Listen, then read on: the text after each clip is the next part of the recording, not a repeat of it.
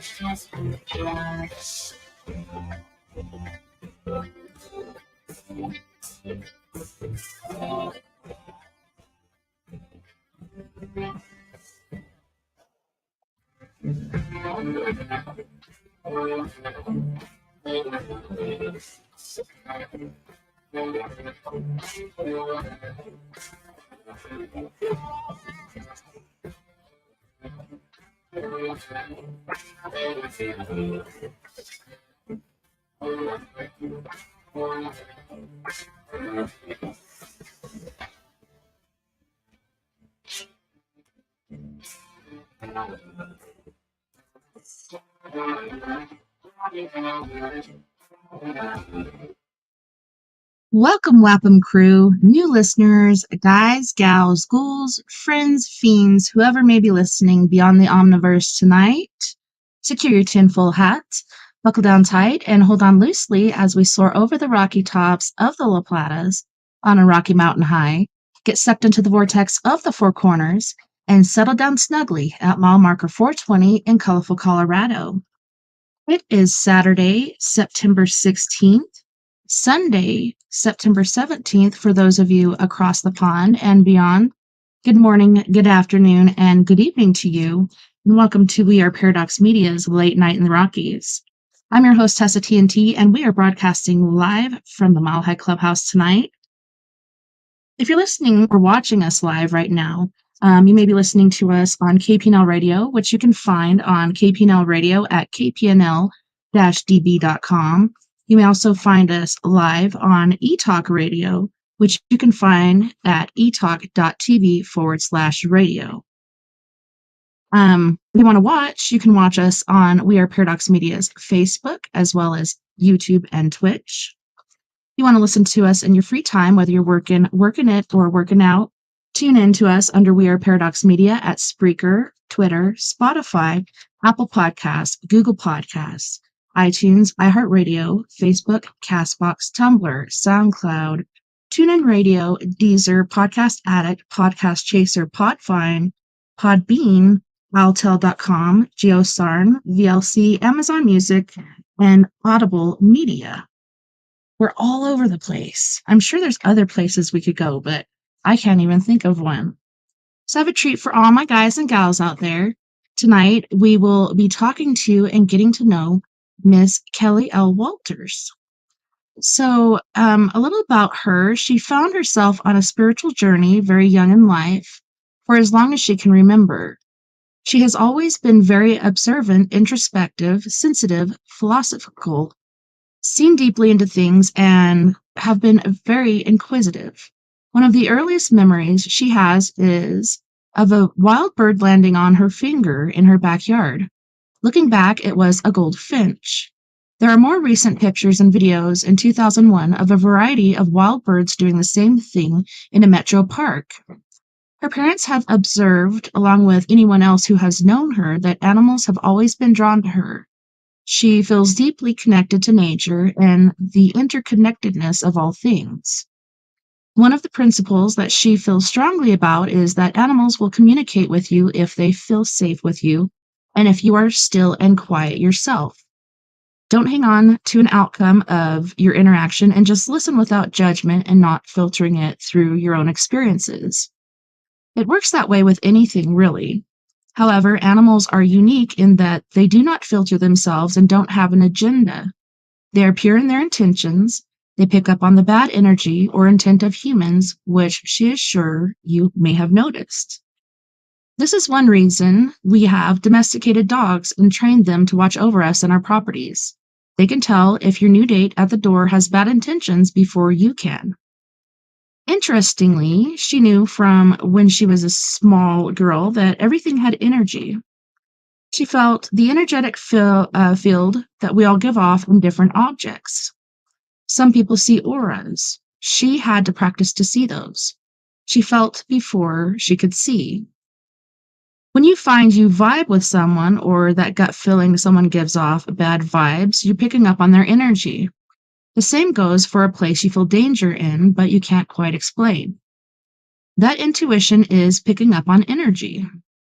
She can teach you how to leave that bad energy behind and not bring it with you and into your home. How to sever soul ties, which are deeper when we form a bond or someone won't let go when we no longer are with them. Some of these are with toxic people sometimes. She also teaches how to protect yourself every morning when you wake up and how to cleanse your dwelling. She does chakra cleanses, which help move stagnant energy. This can get trapped in our energy centers. These centers are connected to organs, bodily functions, stored traumas, memories, involving your emotions, and can affect your mood. If blocked or negative energy is left to fester long enough, it can form illness and disease. She can help remove these blocks and get the energy force flowing again and remove negative energy. Um, Hold on, I just jumped. That is left. Hold on. The energy force flowing again. Remove negative energy that may be stored there. She can help cleanse it. She can also do a reading while going through the process. She encourages, if you do call in tonight and you do get your chakra cleansed and read, etc., to go back and watch again afterward because you may pick up on something you haven't before, and taking notes to reference later to get the whole experience. She's not a medical professional, so please seek medical advice should something come up. She's been called the chakra healer to the stars, and she will not divulge her clientele as that would not be, very cool, as she wouldn't share your information either if she was doing a private reading on you. She does private sessions, but she is doing them free on the air today. So hopefully you guys call in and, we can get some chakras cleansed. I know you're really good at what you do. We've had you on. It's been quite a while, but it's pretty awesome and amazing what you do. Thank you very much, Tessa. I really appreciate being here. It's been, like you said, quite a while since I've been here. So I'm not going to lie, I'm a little bit nervous with the wide audience that you have to be on the air. And I want to say hi to a bunch of people that I appreciate following and listening and being my friends and some of the family that I think are out there supporting me on my journey here. And so, yeah, I'm very fortunate to have people that are out there. So, but, welcome to people that are new to this and, are here for the first time, and your listeners. I'm really appreciative of everybody here. So, yeah, I'm excited. Me too. So, how did this all start with for you as a young child? You just started picking up on energies. Like, can you give us a few stories or a little more depth? Yeah, yeah. Matter of fact, I think it started because I was very sensitive as a child, and I was very aware of suffering around me. And I think it was because my mom, for one, she was diagnosed with depression, and I didn't realize that because I just found that out from my dad. That right after they were married, about a year into it, she was diagnosed with depression. She had taken some medication that messed with her hormones, and um, they thought that they had gotten her on the right track when they took her off of it, but apparently they did not. And the knowledge at the time was such that they really didn't know how to deal with that. So, as a child growing up in a home with a parent that had that, I was very in tune to her. I was very in tune to the changes that she had gone through and very in tune to her moods, her feelings, how she felt very vulnerable, and how she felt like she the way that her perception of the world and the way that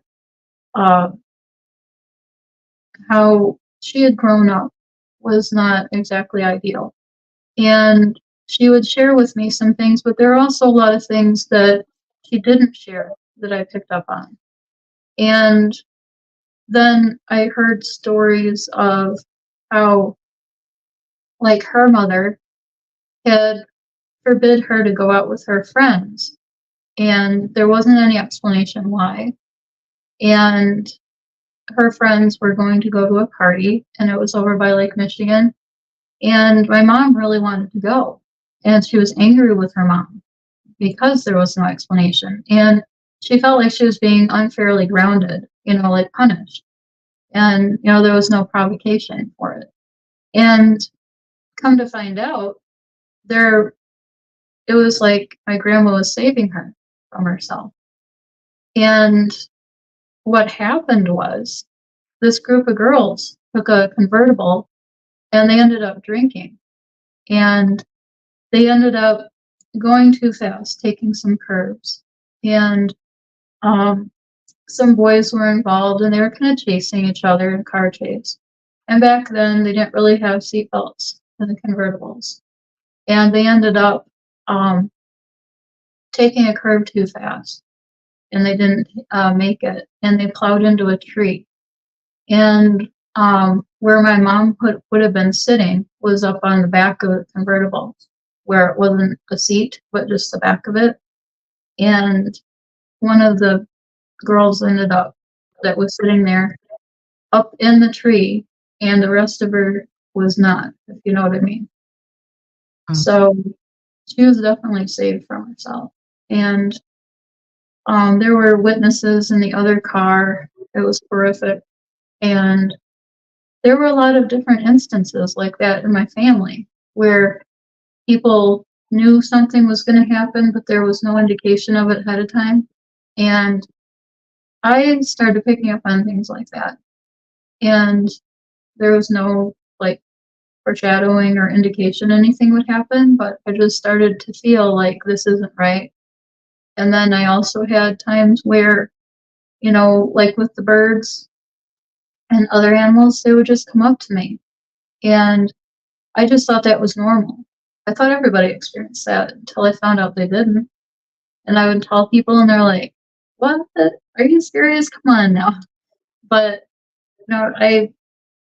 animals are weird that way. Like a lot of times, if they do something that's out of the ordinary, they won't necessarily be like, "Hey, I'm going to pose for a picture while we're having this moment." So, but I actually, when I was giving you the bio, I think I messed up on the year because it was 2021, and I've got those in my Facebook photos in an album.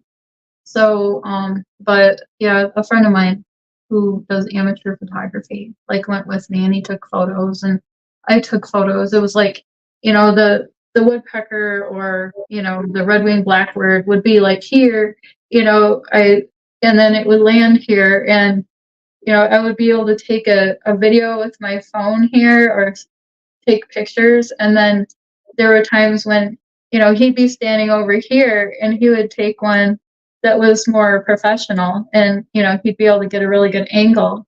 And it was just like the most bizarre thing because I would feel, like, Snow White or something. I I'm know like, when I read that, I was like, it's like, Sleeping Beauty or Snow White, it totally reminded me of one of the Disney princesses or whatever. When you see a wild bird land on their finger, that's totally what it reminded me of. I know, I was just like, are you getting this? Are you saying this? Is this for real? I was just like, it was surreal. It just didn't really feel real. And then I thought back and I'm like, this is just like it was when I was a little girl. And the bird kept getting closer on the branch. And then I thought, well, I don't have anything to lose. I'll put my finger out. And I'm like, well, there it is, But it's like one of those things where if you think about it too much, then it's like the animal picks up on, like a weird vibe and it goes away. But if you don't really think about it and it just happens, then the animal's like, yeah, it like vibes with you and it doesn't see anything wrong with it because you're in the moment with it. But, like I said, the minute you start to, like, it's like okay if you're taking a picture of it, if you're calm and you're doing it slowly. But if you're sitting there thinking, oh, I wish I had this angle, and I wish I was, you start thinking, then, and not just going with the moment, then the animal picks up on it like, what's the matter with you? Like, why are we like making anxiety about this? I don't feel right. And it goes. So, does that make sense? Yes. So, I've had other encounters. Like, you know, I've rescued animals for a long time, especially exotics, because I feel like dogs and cats are something that, like you can't go 5 feet without like some sort of animal rescue with dogs and cats and farm animals and things like that, sanctuaries. But sorry, my voice is kind of weird right now. But exotic animals, it takes a certain kind of person to be like into those, because it's kind of like people think they're scary or icky, or whatever preconceived notion, because it's not like fluffy and cute. Typically, I mean, some people think like, oh, that lizard's so cute or whatever, but not everybody's drawn to it because it's not their like thing they grew up with. So I happened to grow up with them, and I'd had them since 1980. And that kind of makes me dated as to how old I was. Yes, I was in kindergarten. And so, I'm older, but, that's okay. But I had those. And then as I got older, like I rescued them. And, because for me, it's kind of like the underdog, the outcast, the animals nobody wants. And there are certain people that do, but, for the most part, they're kind of like the abandoned, not thought about. The laws don't really protect because they're geared more toward mainstream animals. So that's why I kind of picked up on them. And they're misunderstood largely. Like people think that they're aggressive, where, you know, you would be on the defense too. And, if you were neglected or abused, you would be, kind of like standoffish and kind of, you know, like some of the dogs and some of the cats that are in the shelter, and they kind of wonder if they have behavior problems. But they get in the right home and they're cared for, and then they can be like the most loving, sweetest, loyal. Well, the same thing happens with these exotic animals. They just needed a chance. So, that's what I do. And I was more active with it, but now I've got quite a few. And, so I would rehabilitate and, give a chance. And then I would show people, how to take care of them, but in a fun environment. And it was that thing where I could pick up on what they needed. I could pick up on things with them that other people might not pick up on, or they might ignore, or they might not know really what they're trying to tell us. But every animal has a story. They all have a background. They all have feelings. We just don't always know to have that quiet, still voice inside of us, and to get ourselves and our perceptions out of the way. How we want to, like, we try to sometimes have the filter of how we would go about things or how we would see things, like the lens of our own background. We have that in our way sometimes. But if we can just clear that filter, and we can just have a pure intent of being unbiased and just be open, then we can learn what they have to teach us. Does that make sense? Yeah, and it was like you were saying, like, such as when you had that bird on your finger, once you start thinking too much or whatnot, like they pick up on that energy and what's basically what's going on there. And it makes them feel uncomfortable, just you gotta have sort of like that calmness, like you said, within you for I don't know, for certain interactions. But it's pretty funny because it's been coming up a lot in different TikToks and stuff as far as even like rocks and plants and trees and things like that. Like they also have energies and awarenesses and auras. I remember when I first saw an aura on a tree, I'm like, holy shnikes. It was pretty brilliant. But yeah, everything on the planet basically has feelings and auras and intelligence. And they were Yeah. saying, what are the vegans going to eat now? Right. um, Yeah. Yeah. Yeah. It's amazing. There is some sort of tree that has roots that they found are interconnected with each other. There's like a great big groundwork of it's almost like a nervous system of roots that you just like it's a every offshoot of this that comes up through the earth is the same exact tree. They're just clones and they're all connected by these roots, and it's all one massive plant, but we see it as individual tree. And I think Here in Colorado, those trees are called aspens, and like you said, it'll start with one tree and then they just spread out. But it's the same root system, same tree. And then recently with the Hawaii fires in Lahaina, Maui, those trees in the park there that had gotten scorched or whatnot, but I think they're okay. Those are all connected the same way as well. Like you said, it's like a replica of that tree. I kind of think of it as like a family that's connected through the roots, but it's pretty intriguing. yeah, it's pretty amazing how everything is interconnected, but we just see the little parts and pieces of it. But it's really something like that. And the other thing is there's like this underground fungus that does the same thing where it just spreads out and it's all basically one. And they communicate with each other. There's I don't know if you've seen it, but there is like a it takes the I'm trying to explain this the correct way. It takes the energy vibration like is as if it's conducting electricity because it really does. Everything has electricity, the life force and whatnot. And it takes these electrodes and it connects it to different parts of the branches and the leaves and things.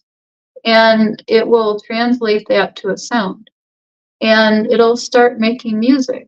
And then they've taken that and they start to uh, do different things. Like they'll water it, they'll speak nicely to it, it'll give off different tones. And then they'll start to do things that would be kind of like almost like mean, like they'll start shouting and they'll start, putting fire next to it and they'll, do things like that and it'll start making ugly tones. So obviously, to me, that kind of demonstrates they do have feelings. But, to somebody that's really skeptical, they could be like, well, they're just reacting. But, it shows that they're doing something. You know what I mean?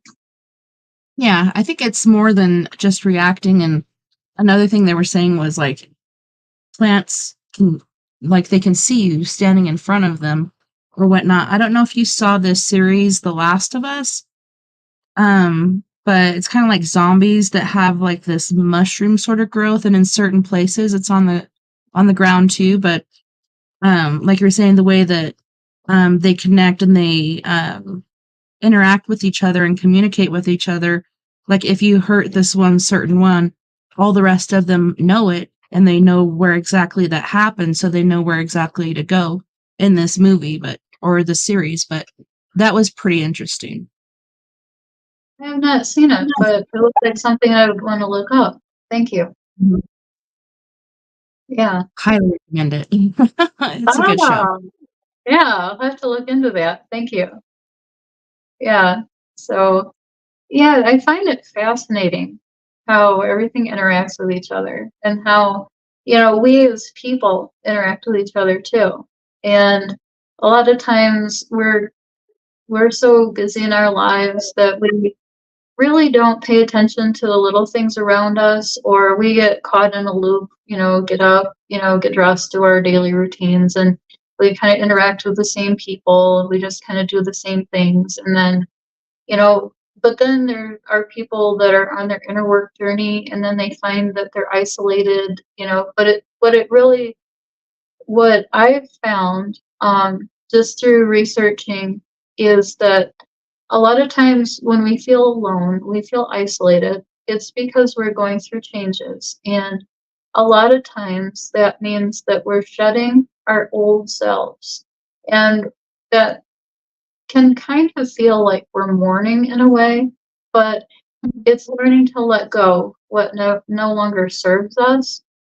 But that may also be people that no longer like fit our vibe. That's not necessarily bad people for us. It's just they don't necessarily understand where we're going anymore. And that means we're making room for other people and that they will find us. But the thing with that, though, is we have to be our own authentic selves. We need to know who we are and what we want. And that also can be part of the journey. And we aren't going to attract the people that are meant for us if we are afraid to post on social media who we are. And sometimes we have to learn that first, but we need to also post along the way.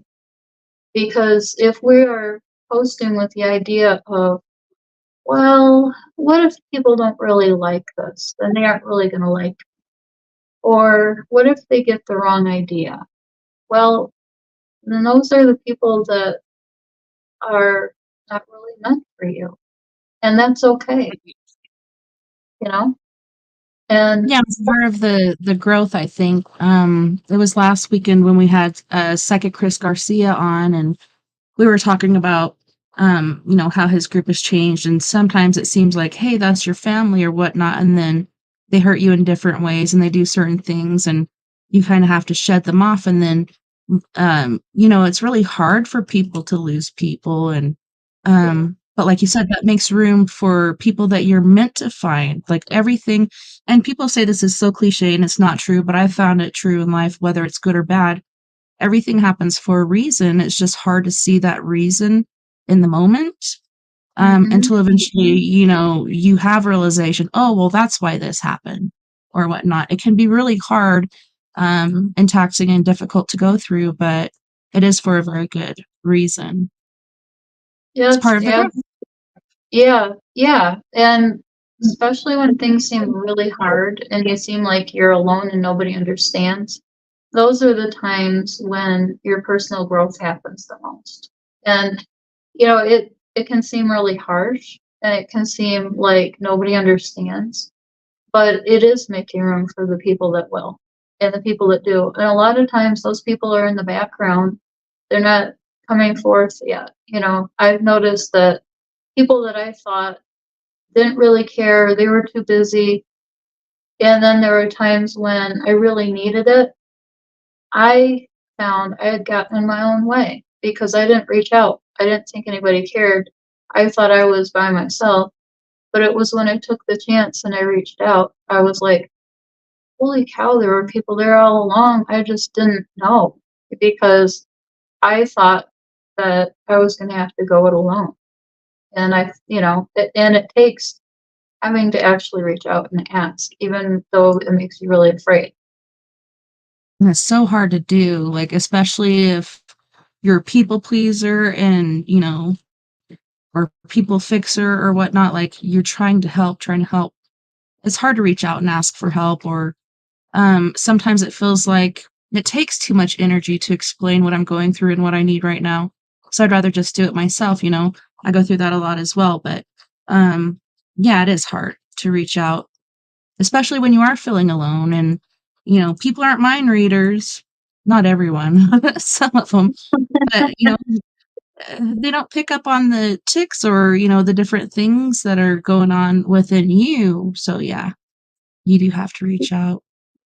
So Yeah, hard. and it is. It is, especially when you're used to like feeling like you said, like the fixer, like the person that everybody else comes to, and and you feel like you're afraid to be vulnerable. So but it is. pretty surprising, like the people that you didn't expect that would come forward, and you're kind of like, you have to allow yourself to be open and be vulnerable sometimes, even if it is highly uncomfortable for you, just because it is big part of the growth. And you can't grow unless you are open to the growth. And that was a big thing. Like to let go of those protective layers because those are actually holding you back more than you know, which Mhm. those are actually a trauma response. And so that is huge because, we're kind of like um we're kind of that is a pattern in itself. And if we're going to break free from it and make the world a better place, we all have to break free from the patterns that we put ourselves in or that were put upon us when we were growing up. And that when we break through from those patterns, we can look back and we can see the stories that we were told and the things that we observed that our parents and our grandparents and that we heard about great grandparents. We can break through from those patterns. We can heal. When we heal ourselves, we are also healing the generations before us that didn't have the tools or didn't have the opportunities. We're healing everybody. That's generational healing. Mhm. Yeah, it's important to break the cycle, and I remember when you were talking about your mom and what she went through and how she realized, because when you're stuck in that life at the moment, you don't really realize it's not right. Like, this isn't right. This shouldn't be how things are. And it, like you said, it is a generational thing that is passed down. So once that cycle is broken, like, it's such a blessing for, generations to come, because there's going to be more and more healing and better lives um, being born, basically, or Yeah. had. Yeah. And I can see that there was a pattern before my mom. I can see that, there were unhealthy things that were kind of attitudes and uh, kind of a scarcity mindset and kind of a feeling of sadness, like a deep sadness, and like a feeling of women tried to empower themselves, but they also felt like they were hitting against the wall.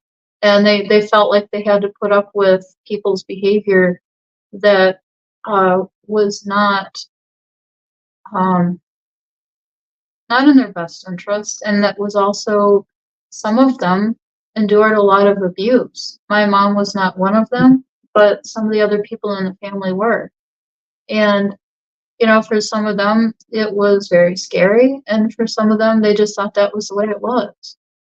So, there was a lot of life lessons for, you know, to break through patterns and to learn that you don't have to be super tough and that,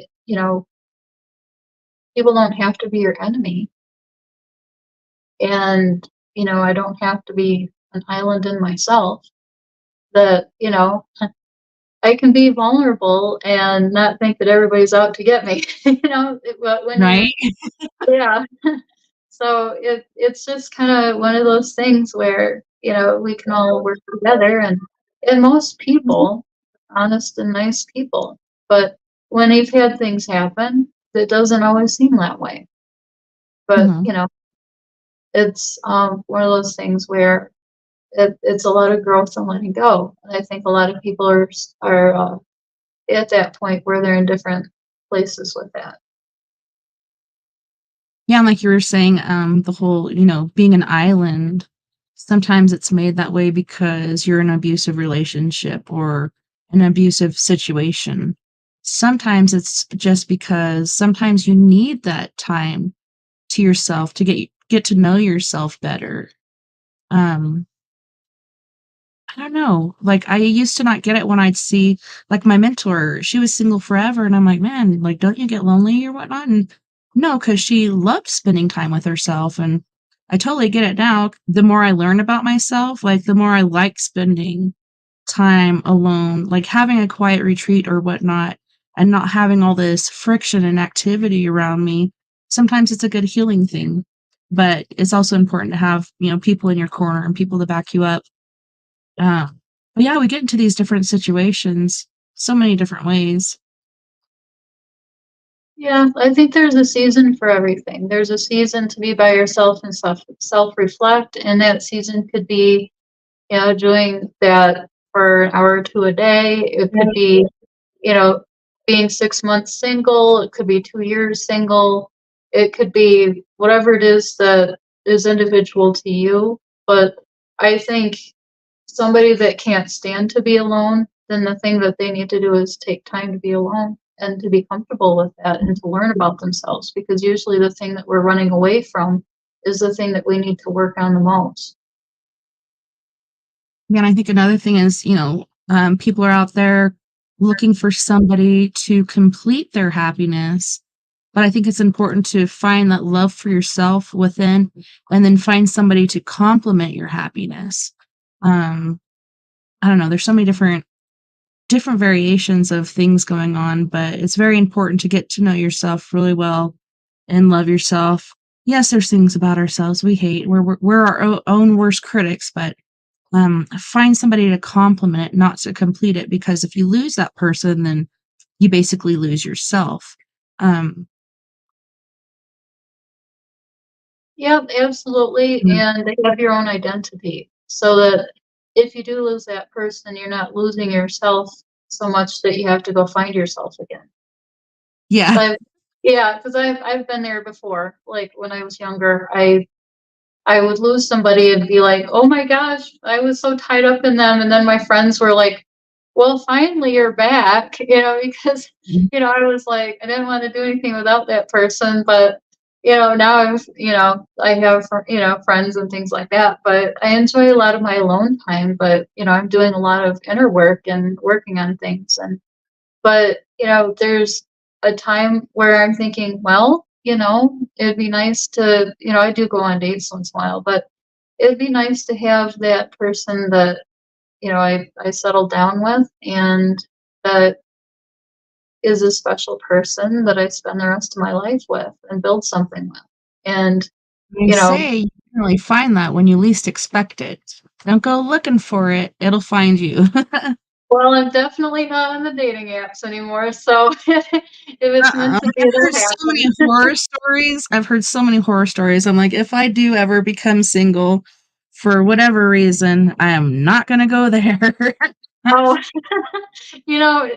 my experience was it was kind of like you can find like anybody on there, but it's sort of like ordering a pizza. You get like different specifications, and then it's like, well, it's just it seems kind of impersonal to me. It's like, if this doesn't work out well, it's like you could go on dates in rapid succession if you really wanted to.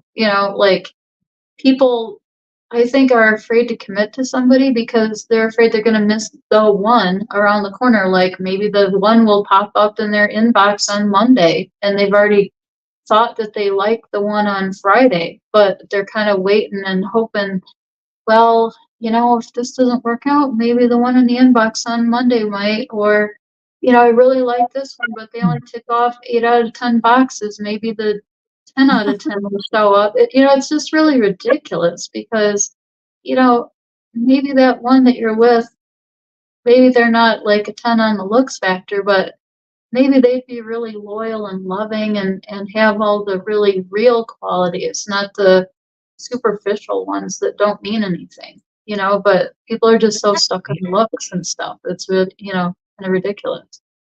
Well, it's funny, like, when I met my husband, he was totally not my type. Like, I think he's super hot just because of, like, his charisma and his personality and who he is, but if I were going out looking for somebody, I wouldn't have been like, "Hey, let me go talk to that guy." But he came over and talked to me, and I don't know, there was just something about him, like, I don't know, the energy I picked up on and kinda like that soul connection, but after I met him that first night, um, couldn't quit thinking about him, and I'm like, "This is so weird because he's totally not my type." Because, like you said, you look for, like, the outward stuff and, I want him to look this way. I want him to be this tall, yada, yada, different stuff like that. Totally like out of the ballpark as far as what I'd be looking for. But like you said, like maybe it's that pizza with anchovies and you're like, I don't know if I would like anchovies, but then you try it and it's really good. I don't know. I don't know. He's just been amazing. And we've been together for like 22, almost 23 years now. Um, and there is an age gap and stuff, but yeah, it was like, had I just been going to the bar and looking for somebody that I'm like, hey, like I could really see myself with that person, like generally when you find the one that you're looking for as far as like qualities and stuff, as far as looks, the cover on the book, you're always let down because like the spirit and the energy and the different things like that just don't add up. Generally that person can be very shallow or whatnot, like there's different degradations to it. But yeah, I wasn't even looking when I found him. I was completely surprised and swept off my feet, and it's just pretty interesting, walking around the corner, you might bump into somebody. It could be him. There was this one video I saw the other day where this guy was on his motorcycle and he saw this girl behind him and he got off his bike and went back there and he's like, hey, I just thought, you were really cute and I was wondering if I could get your number. Maybe we can go on a date or something. And then she said, yeah, and then we're gonna get married and then we're gonna have kids. And he's like, we are? And it was so funny because they dated, they got married, they had kids, and it's like this perfect story. Like it's so random but awesome at the same time. Just the Wow. strangest ways to meet people. Oh, that's so cool. And I love your story because that's real. I mean, those are the real moments. The one where, I just love moments like that. I love to learn how people met. That's how I just absolutely love that. I love the real love stories. The Disney movies, I absolutely hated those as a kid. I mean, Yeah. everybody wants to be the Disney princess, and I didn't because there was no like real depth to it. And I mean, yeah, sure, it was backstories, whatever, but it was hard to relate. So I just, and it was all about just how beautiful she was, and sure, she did this or she did that, but it was just like the guy was just taken aback by her beauty, and I just, it's like, I didn't think I was ugly, but it was just like I want it to be deeper than that. Mhm. 'Cause looks fade, and, I don't know if you've seen Frozen or not. Yeah, Um, I have because I have kids, but I love the way that story happened, like, you know, uh, this princess fell in love with this guy, and he turned out to be a real prick, he turned out to yeah. be a real a-hole, come to find out, just left her in the freezing cold and try to take over the whole, kingdom or whatnot, but to me, that was the most real sort of, Disney love story. I'm like, about time you guys came up with something that was real instead of, and they lived happily ever after. The end. Oh yeah, yeah. It was like, thank you. Yeah. Yeah, it was like yeah, like you said, it was about time. It's like, well, and it doesn't always happen pretty in the real world, and we got a little taste of it there. Yeah, it's like, hang on, boys and girls.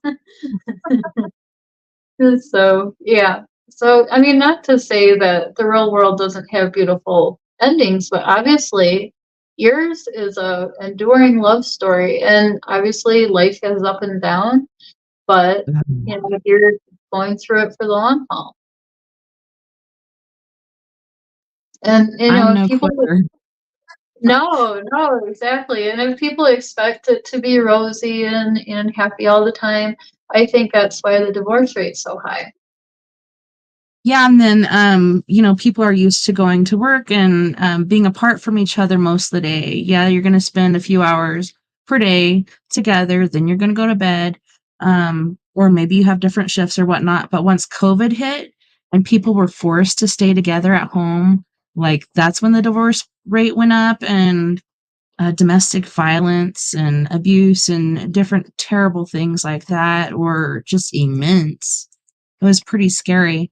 And then I think also with, Facebook and Twitter, which is now X, and all these different places, like there's so much fictitious things being shared as far as like people only show what they want to show, and then they're also more apt to have conflict. Like if you were face to face with somebody, I don't think you would have said that, but you're behind a computer screen on a keyboard. And so they say the ugliest, most hateful things. Like, I don't know, I feel like we should be moving forward as the human race, but I kind of feel like we're dredging back a little bit. I know what you mean. Like people, post something that's supposed to be like innocently funny, and then somebody will instantly get offended, and then it'll snowball from there. So it's like, wow, we gotta watch what we're posting. And then sometimes like Facebook or something else. Sorry, Facebook, I know you're hosting one of these, but Mhm. they'll just clamp down, and somebody won't even know which post it was that was offending, and then they won't like a picture of a lizard or something, and it's like, how is that offensive? So I it's was like kind of offended by like this. we're in a weird spot. Yeah, there's something I think I grabbed it. I was gonna share. Oh, breaking news. Local Facebook user discovers they can simply scroll past posts they disagree with instead of leaving an essay in the comment section. If you don't like it, just keep scrolling. But I think people, I don't know, kind of like yearn for that sort of turmoil or interaction. I'd rather not. Like, if I see something I don't like, I'll just keep scrolling. I'm not going to get on there and be like, I'm totally offended. Like, I don't know. It seems like back in the 80s and 90s or whatever, like there's a sense of humor and people could discuss politics and religion. And it wasn't a big thing. And now it's like the smallest thing upsets people and it drives not only friendships, but families apart. It's insane. We don't have to all agree on everything. It's good to Yeah, be different from each other. yeah, absolutely. I totally agree. And you know, I am all for like an open discussion as long as everybody's respectful of each other, and they're not trying to be hurtful about something. And I like to explore different viewpoints. Like I said, as long as we're not slinging dirt and trying to make somebody feel small. Um, but there's like no room for that now. If you say one, I don't even know, like somebody will take something even if you're totally saying it innocently or whatever. So I don't even like to engage unless I know the people anymore, because it's not worth it. So, I'm very mindful of the posts, like even scientific posts, because it's going to offend a different group that doesn't think that's science, or because there's going to be somebody somewhere that isn't going to like it. And I'm not one that really wants to uh, censor myself, I guess is the right way to put it, because I want to be myself, but in the same regard I don't really want to be flagged, either, because and I'm not trying to promote like one viewpoint or another. I just want to be able to be open to explore everything. Definitely.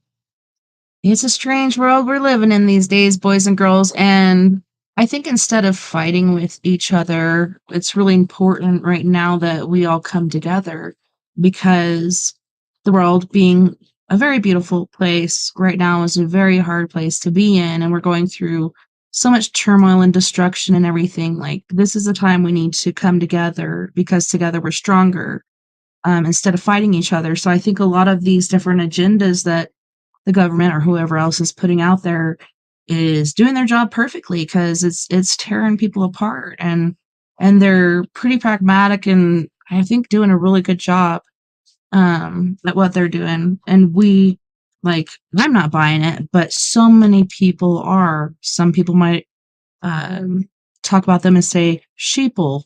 I don't like to use that term. um, but no, there's people that follow the whole agenda and people like you and I that are more awakened and we see what the heck is going on, and we're there helping our fellow man. I think it's amazing what you're doing with the whole chakra cleansing and everything. When we come back after this break that's coming up here in about 5 minutes, I want to get into chakras and um, for people that don't even know exactly what it is, because I just learned about it, I think a year or so ago, or like when I talked to you, like I'd heard about chakras and saw the whole, lineup and everything, but I didn't quite understand it.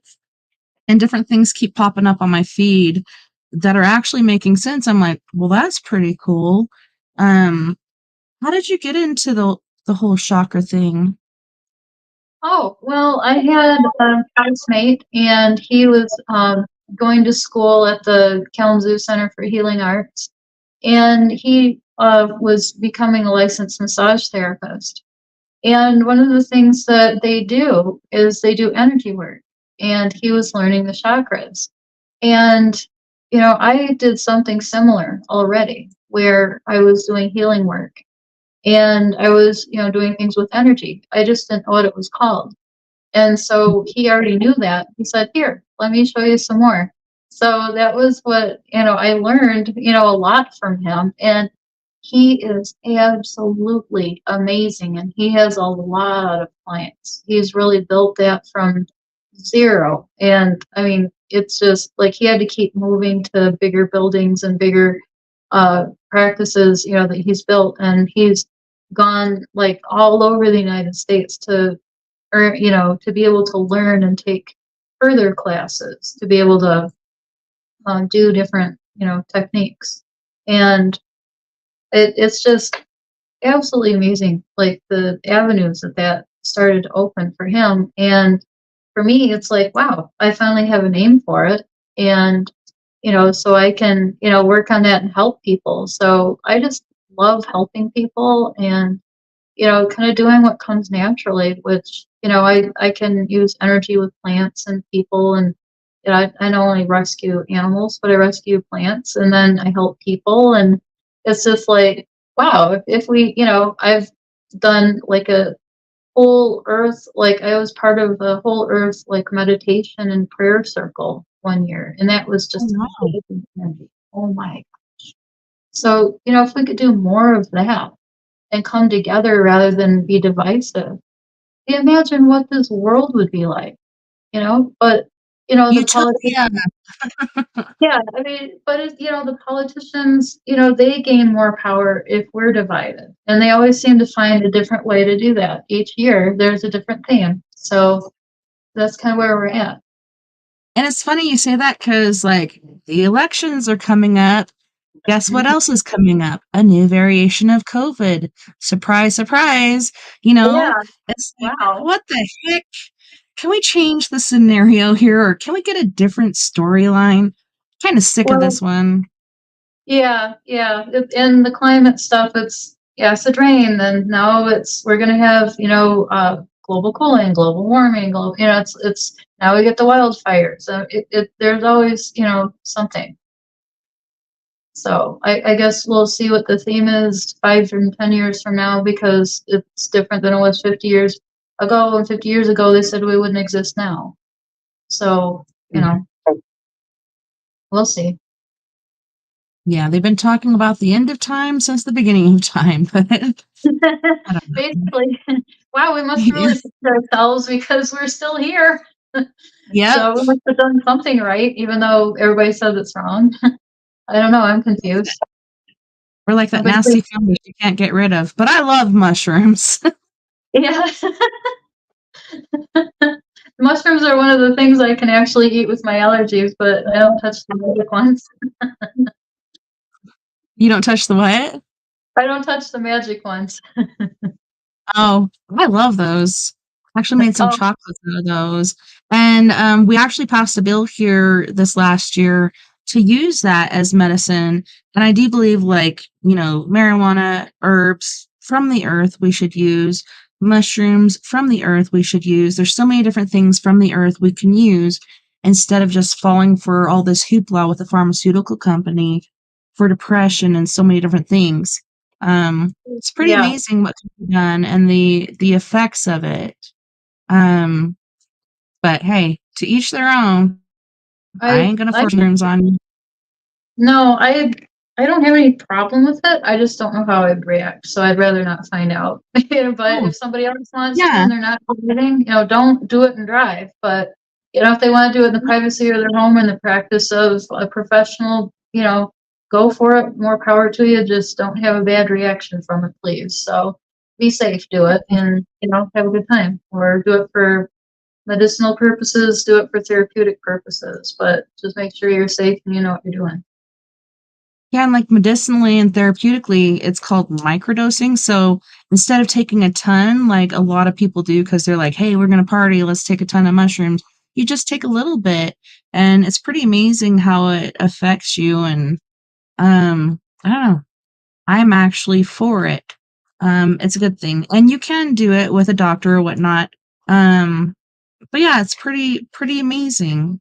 I've never had any bad effects from it. But like you said, check with your doctor, yada yada. Make sure you're doing the correct thing. It's always good to have a friend and somebody there with you to support you. Because, I don't know, I've tried different things. Like my sister was here and I tried DMT, and it was really a magical experience as far as like I was in my tree fort and I had pine cone lights and those turned into hearts, and then my kitchen window looked like this magical doorway. And I look over at my sister and she looked like an avatar princess. Everything was beautiful. There was nothing scary. But the thing I didn't like about it was I wasn't in control of myself. And I'm like, okay, this is all really cool, but when's it going to end? And luckily it was like a really quick thing. It's only like 3 to 5 minutes, but it feels like forever. And she left me some. I haven't touched it. Don't wanna. But it was a cool experience to do. And I think there's different things like that. Like some people do meditation. There's so many different things we can do to tap into so many things within ourselves. Um, I'm not good at meditating. How long is that going to take? No, I'm just kidding.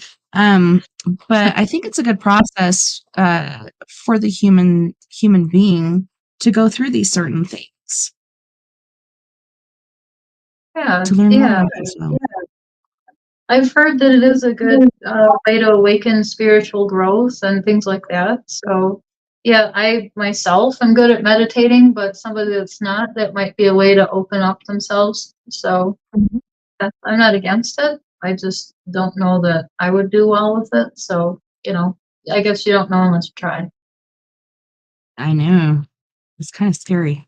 Well, we do have to go to our first music break. So on this break, we have Miss Michaelan Hay from Ontario, Canada, with Pins and Needles, Devil You Know and Mirror. If you haven't heard of her, go check her out on YouTube. She's not only, recorded these songs, but she's also made some very epic videos. So you can go check her out on YouTube. It's Mikalyn Hay, and then we also have Miss Tracy Cruz from California. I'm trying to remember where she's from. Let me look real quick. From Oakland, California. And she's going to be singing Joyful Rain. You guys don't go anywhere. We'll be right back after this 13-minute break.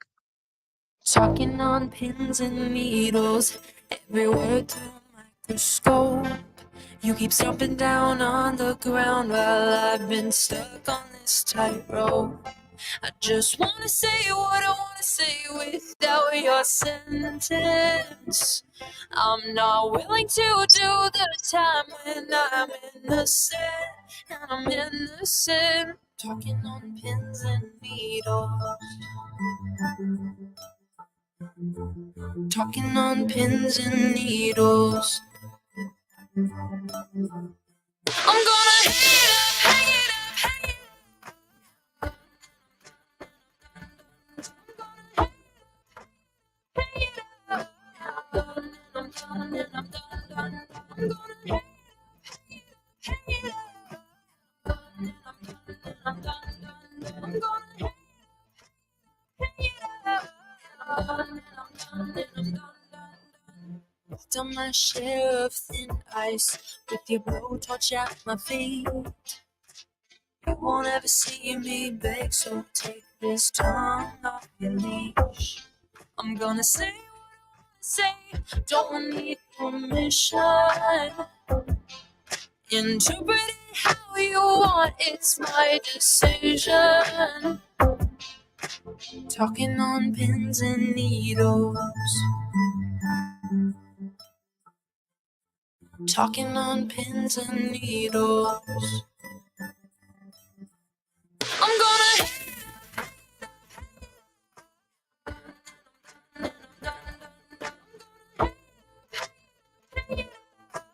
done and I'm done and I'm done. I'm gonna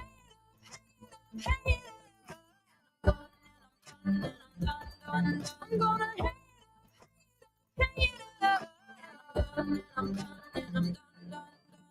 dancing on shattered glass, kicking the pieces all around.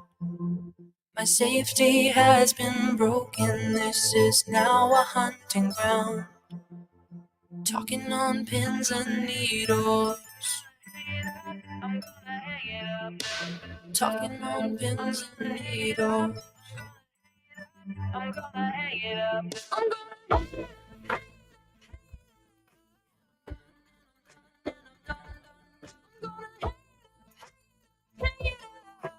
done and I'm done and I'm done. I'm gonna done and I'm done. I'm gonna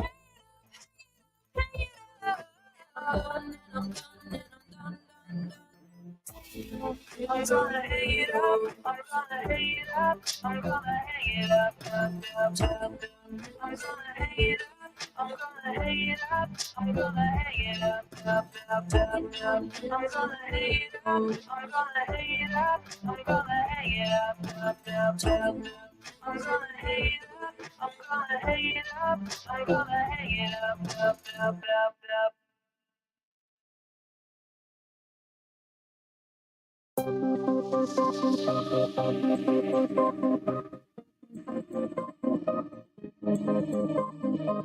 Your troubled heart bleeds like a river. It's rushing towards fields painted greener. It doesn't see the demons behind. Praying you're getting close to the line, so they can get their hands on love and trade it off for silver. Burden's nice, but what it hides is worse than sticks and stones. Before you climb the fence tonight, look through the microscope. Better the devil you know. Better the devil you know. Better the devil you know. Better the devil you know. Your nervous spine is crawling with shivers. You're standing right in the eye of a blizzard. You're inches from a shelter, so near the warmth of a home in a chandelier, shining down its light on you, wishing you'd be closer. Burden's nice, but what it hides is worse than sticks and stones. Before you climb the fence tonight, look through the microscope. Better the devil you know. Better the devil you know. Better the devil you know. Better the devil you know.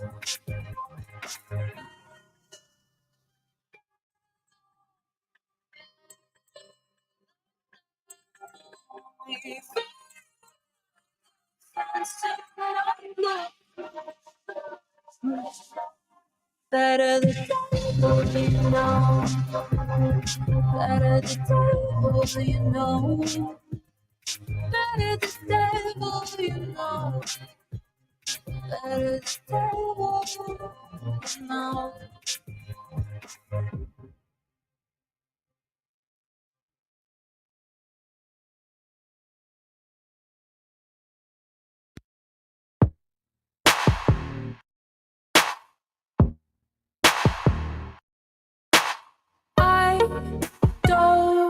right in.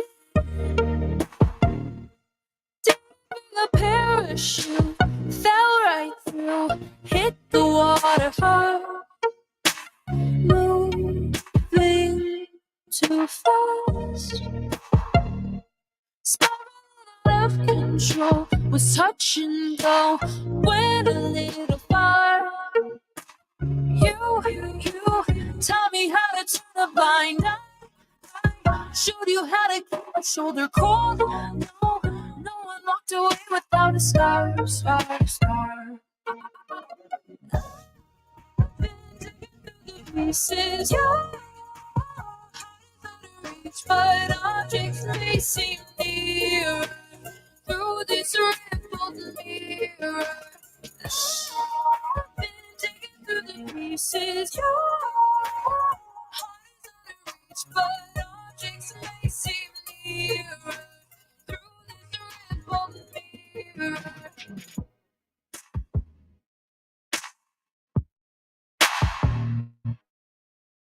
Try to erase the ink that's left upon my chest. I'll taste. I don't really want to forget. You taught me how to turn a blind eye, showed you how to keep your shoulder cold. No one walked away without a scar.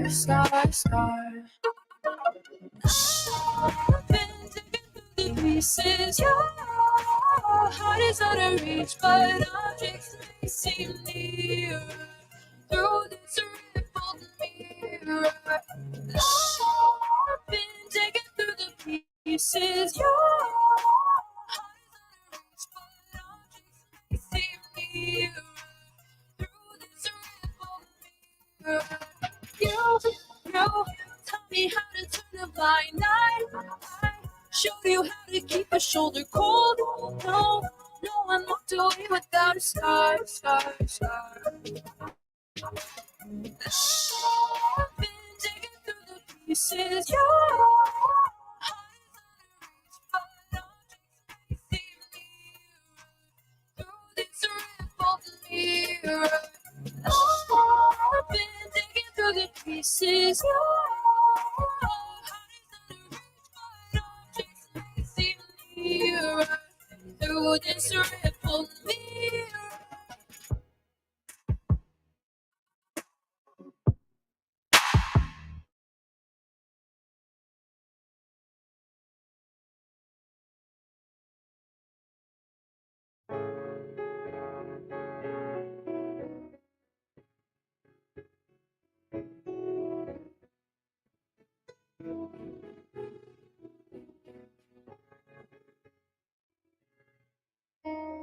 Your love flows through me like water from the rain. It flows right.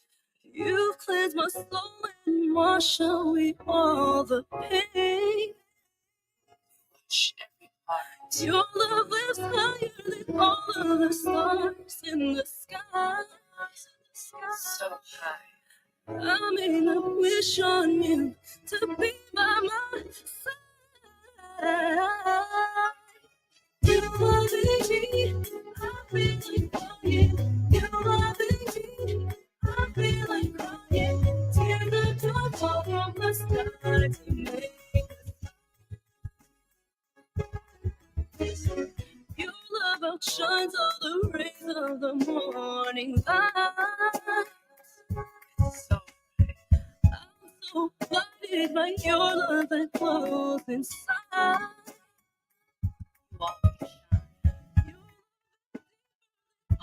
The roots of the tree. So deep. Thank you for planting your heart.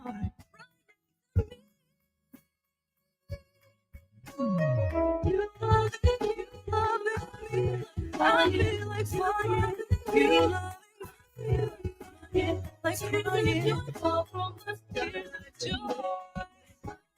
Can make us smile. Can make us smile. Like me. You love me. Like fire, like crying. You fall from the tears of joy. your love rain down on me. We will grow so tall. I'll show the pain that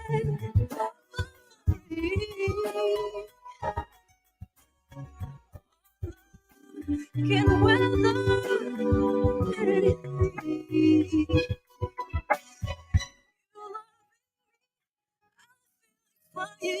You love me. I feel like crying. Tears of joy fall from the sky to make us mine.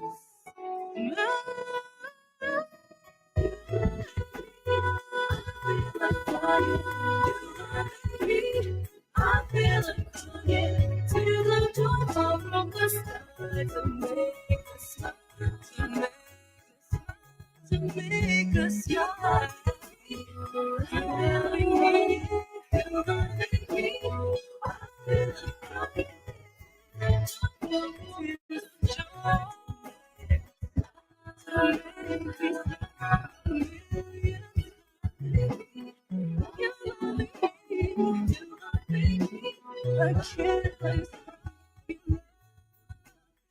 I can't describe you. It makes me smile. You make life worthwhile. How much your love has affected me.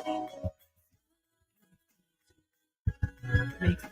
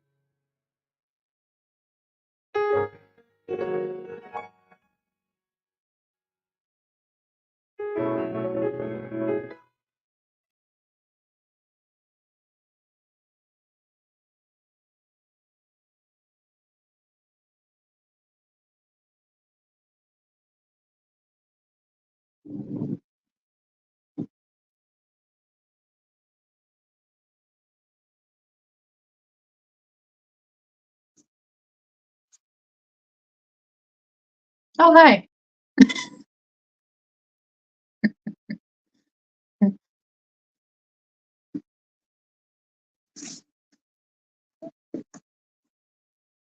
I can't hear you. Uh-oh. Why don't I hear you? Dang it! I always Oh, miss a mute I button. can hear you now. I can hear you now. Yeah, there's so many different pages, and sometimes I'll mute myself on one because I like to sing with the music, and I don't like people to hear me. Well, welcome back, everybody. Thanks for joining us on We Are Paradox Media's Late Night in the Rockies. We got Miss Kelly Walters with us. Welcome back, Kelly. Thanks for Thank you. sharing your experiences and your knowledge with us. Thanks. I'm excited to be here. Thank you, everybody, for listening, tuning in. Hopefully we didn't lose anybody, and hopefully if anybody wasn't able to tune in at the beginning, hopefully you're here now. Definitely. So as I said before we went on break, can you tell us a little bit more about chakras? Like, I know there's people out there that are into their growth and wanting to grow and wanting to understand more about themselves. Where exactly are our chakras and what are they? How do they work? I mean, there's so many questions. Sure. Chakras are energy centers. We have 7 main ones on our body. Well, they're in our body, and the energy kind of runs up and down the center of our body along our spine. And our root chakra is kind of where we're sitting on. It's kind of the base for everything. It's how we are grounded to the earth.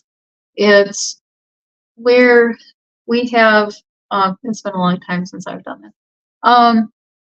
It's where our primal and our important energy center is.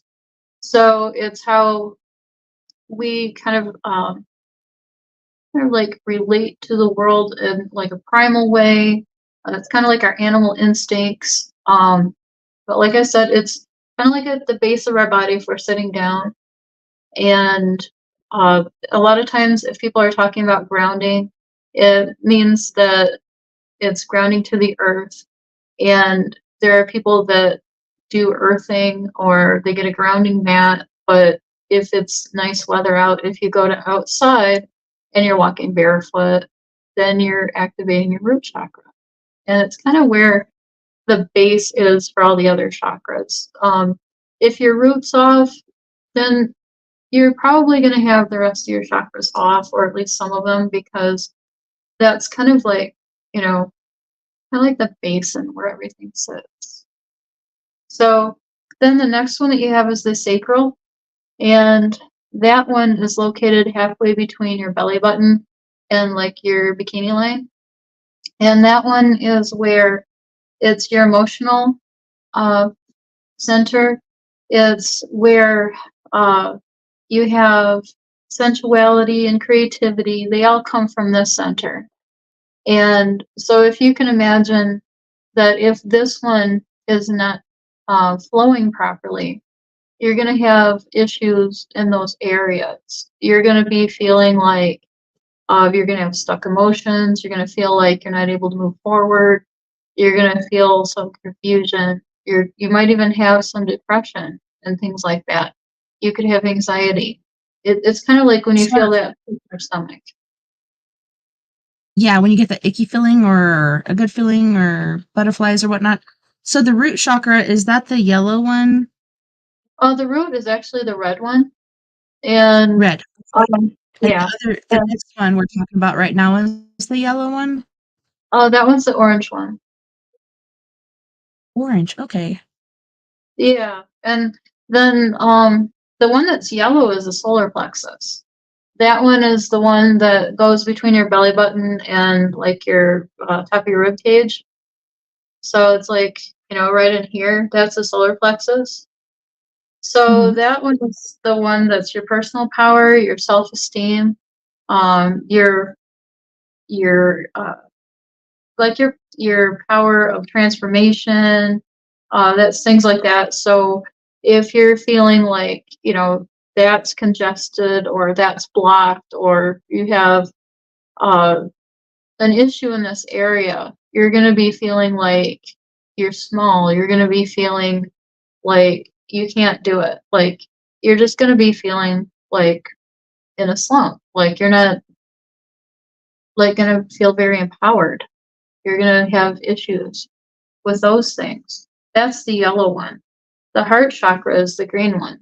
And that one isn't like right above your chest. I mean, like where your heart is, that one's in the center. And that's the green. And that's the opening of your feelings, your compassion and your capacity to love without conflict. Is with like open and love. And when you have that stuck and the energy is blocked or you have negativity, then like negative energy, not negativity necessarily, but you have issues with that, that means that you're not open to being able to receive love and you're having problems being able to give love. Like you're being self-protectant or you're Mhm. uh you have some sort of block for some reason with that. And That's so weird that's because I went through something like that where, like, I'd find happiness and without, like, realizing it, like, intentionally doing it, like, in the back of my head, like, subconsciously, I would try to destroy that happiness, and I think it was because I felt like I didn't deserve happiness. I don't know. It was weird. I was self-sabotage. self-sabotaging. Yeah, and I Yeah. didn't even realize it, and then once I did, I was like, "Holy shnikes, I've been doing this repeatedly, why?" But it's once you realize it, you can stop that, it's just like breaking that generational cycle. You can break that cycle within yourself of, "Man, I found happiness, I keep breaking it," and then you realize you're doing it, so then you can fix it, but, yeah, that's pretty crazy how the mind works. Oh yeah. Yeah, I did that too where, for whatever reason, like as a young kid, I felt like I didn't deserve things for a while. And, Mhm. I think I had to I think it was because I felt different than everybody. And, you know, in some ways I felt like, oh, doesn't everybody do this? And then I realized, no, they don't. And then I felt really Yeah. odd. And Well, yeah, I and think, I've always been like, go ahead. Sorry. oh, no, go ahead. No, I was going to say, like, I felt like that too. As a kid, like, even kids were like, wow, she's weird, because I'd share my paranormal experiences. She's weird. Don't talk to her. 'Cause you don't talk about the paranormal in the Bible Belt. So I was left Oh, out that way. But yeah, no, I think it's because, like, my mom was killed by a drunk driver when I was 5, almost 6. And then my dad went through hell after that, because, he lost the love of his life. And then he abandoned us with our grandparents. We were going for a visit, never came back for us. And then, I don't know, it's just like you don't feel worthy or whatnot. Like, even though there were people there to take care of me and love me, my aunt and uncle, and my aunt is now my mom. She adopted me a couple years ago. Thank goodness. Should have done it earlier, but I was going through some things. But no, like, with my husband, like, I just saw the patterns and things I was doing, and if I'd get angry or hurt by him, I'd be like, okay, fine, I'm going to do this. And it was not only like sabotage of the relationship, but sabotage of myself. Like, well, I'm going to do this, which was hurtful to myself, whether it be drinking or tweaking or whatever I was doing at the time. Um, but yeah, once I realized I was doing that, like, it's made things so much easier because I don't do that anymore. Like, I don't get, oh, now I'm mad, so I'm going to go do this. Don't do that. It's not helpful. It's hurtful, and it's hurting your future, and it's ruining your happiness. But yeah, you get into that stench or stretch where you just feel like you don't deserve happiness, perhaps because of things you've gone through or molds within your life or whatnot. I know it's pretty weird. Yeah, I just want to start out with, I'm sorry that happened to you. I know that's it is super tough to lose a parent, and I can't even imagine how bad it would be to lose one that young. I mean, that's your formative years when you need that support, and then to lose the other one in that way, you know, that feeling of abandonment must have been horrible. Yeah, and we So, did come back together. Like, he came back when I was like 13 years old, and he's like, "Surprise, I'm getting married." And I was like, "Wow." Like, I would have liked to know this before, even though it's none of my business, really. But no, like, in the very end, my dad was like my best friend, and I understood what he was going through, as far as like he went through way more than I did, and I took the stuff I went through way worse than he did. So I kind of understand what he was going through. And he had a hard time, as far as he's like, "I really hope you can forgive me for this." And I'm like, "Dad, I forgave you a long time ago. Like, I went through so much less, and I took it so much worse. I totally get it." I'm trying not to get all teary-eyed right now, like my eyes are tearing up, but I'm keeping my vocal range pretty good. But he was my best friend, and he ended up dying when he was 49 and 2 months old. Um, it's just sad, the life process and things we go through and pains that hurt us and stuff like that. And it is a learning process. We learn so much from ourselves when we go through these different things. But it's important to forgive. Don't ever forget. But do forgive, and don't hold it against each other, and try to help each other through this whole thing. It's hard. Life is hard, but it's worth it. that's so true, and that showed a lot of growth for your age. You had to grow up really fast, and that you could forgive him at that age, and then, you know, obviously not forget, but that you could forgive him at that age and build a relationship. That shows a lot of maturity that a lot of people don't have, and that huge kudos for you, because a lot of people still hang on to that stuff and they will die holding that flag, and that hurts them more than anybody else, because, you know, Yeah. a lot of times forgiving is an act we do to liberate ourselves so that we can move on and we can heal. Yeah, it's not for them, it's for you, because like you said, if you hold on to this, it can make you sick. Like, my little brother, he's held on to this for so long, and he's like, "It's because of dad, it's because of this, blah blah blah." Like, he's held on to all this stuff. Now he's got cancer, and he's not even really dealing with that. Luckily, my sister, like, I adopted her parents. They were like my parents when I was going through this abusive relationship. Finally got out of it by joining the military, but she's taking care of that because she's in Cortez where he is and I'm here, and she's like, yeah, we're gonna get this taken care of.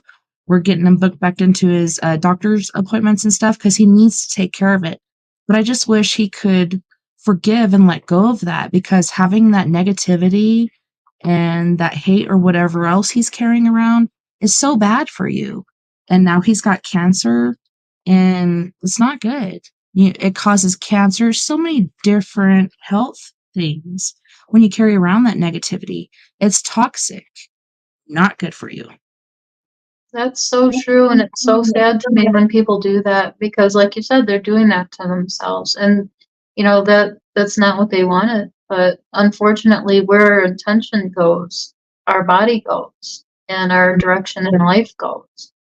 So we need to free ourselves and let go. And Definitely. that's one of the things that I like to help people with, because I've had to go through those things. I've had to go through things that weren't fun. I've gone through things that I wasn't particularly proud of, but I've also gone through things that I came out of, and I was a little bit proud that I went through, because Mhm. even though I didn't like it, I was like, I made it, and sometimes I wondered if I would. And here I am. And you know, Yeah, I took some things that were really crappy, and it's like, you know, I feel like if I can do that and I can help one person, then I don't say that I wish that I went through it, but it made it worthwhile.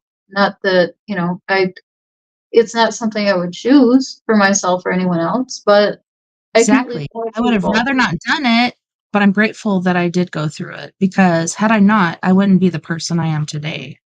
Yeah, I wouldn't be that person. I wouldn't be able to help people with that knowledge, and I wouldn't, maybe, if you think of, I don't know if you've seen that movie, what was it, no, it was Sliding Doors, like there's a different course, had something that happened, there's like a different course your life could have taken, and Oh, like you wouldn't meet the same people, you wouldn't have the same life, and, it's like maybe it necessarily wouldn't have been a better one had you avoided like a big thing, like a car accident or something.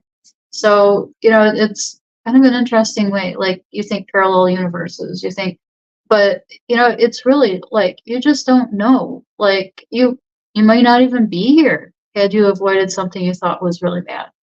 So, but you wouldn't have met the people that you've met. And like for me, maybe I wouldn't be able to help people, you know, because exactly. I and I'm glad to be able to do it. Like, I'm glad to be able to do what I'm about to do and to be able to make that connection. And so, I feel like I'm turning something that wasn't great into a blessing. And so it makes it worth it. It's like turning that cow turd into a bunch of beautiful flowers. Yes. Yes, it did. It gets really shitty, but guess what? Shit can make things pretty. Like you said, you wouldn't have met the people you met. You wouldn't have become this person. You wouldn't have the knowledge you have had you not gone through that. That is so true. That is so true. I And, mean, t-shirt now. yeah, I think we got a little sidetracked. But Back to yeah, chakras. it's all good. We took a little detour, just like life happens. We take little detours in life, but so Definitely. yeah, I think we were on the throat chakra, because I think we got through the heart chakra, So we which were is at the cool. yeah, we were at the solar plex one. Yeah. Okay. So the next one is the throat. So it goes from here all the way up here, or is there one in Well, here? we've got the heart chakra in between. That one's green, and that one's the opening of feelings, compassion, capacity to love, and no conflict. So I think we were kind of leading into this one. And Yes, you're right. yeah, Because I wrote yeah, that down green heart chakra. yeah, yeah. So, like green aventurine, things like that. And the more I studied it, like there's a whole bunch of different like stones that aren't necessarily that color that correspond with these chakras, but but like each chakra has its own color, but the stones that go with it, like the healing stones, aren't necessarily that color, which makes it confusing to me. So Mhm. I just go with the ones that I go with, and I just kind of look at those and go, huh, that's interesting. Right? So yeah, yeah. And then of course, I've got um selenite, and I've got rose quartz and stuff like that, which they tend to Yeah, I got a ton amplify. here too. Oh, I okay, got yeah. crystals, I got selenite, I got the pink Oh, like what is the rose quartz. quartz. Yeah, pink rose quartz. And then I Yep. have the what is it? This one. Here, let me grab it off my stand. I've got Sorry, I got my regular mark quartz. in my hand, but this one's like, what is that one called? I don't know It's if called, that's labradorite. I don't really see it very well. I just know it's yeah, I shimmering. think Is it's that like labradorite, lab- or it reminds me labradorite? of, it reminds me of, what is that bird that goes, "Ah, ah," um, with the pretty feathers? Peacock. Reminds me Oh of a yeah, peacock. yeah, it does. That's really cool. I look like I'm looking over to the side, but my camera is actually over here, which Yeah, kind I of know. makes me.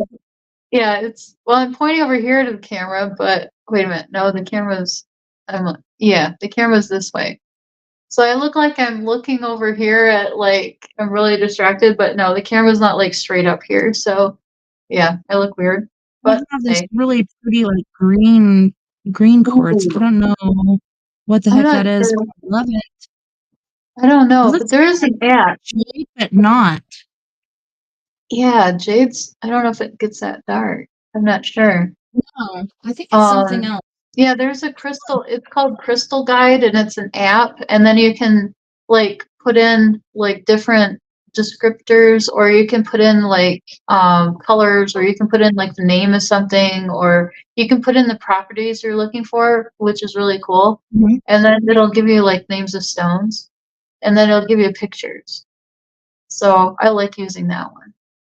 But you pick out Nice. stones, like whichever, like if you go to rock shop, or if you're out looking like at the beach, or you're just looking at the ground and something calls to you to pick it up, that's meant to be with you. And then what I like to do is look it up and see what the properties are, and then it's like, oh, that was something I was working on. Yeah, So I got a book from, my mentor. She died from, it was colon cancer. It spread from her colon to her liver to her lungs, then to her brain. And she did everything she could to get rid of it, but I inherited a lot of books from her, and one of those was a stone book. And she's the one that's, first started teaching me about stones and how you can, one of the crystals I have that she gave to me was for communication with spirits. Maybe I need to oh use that to get back in touch with her. She did show up the day she died, and that was pretty intriguing. Most beautiful spirit I ever saw. But it's a communication spirit, and it's got, different sides to it. Like some have certain sides. This one had a particular, amount of sides.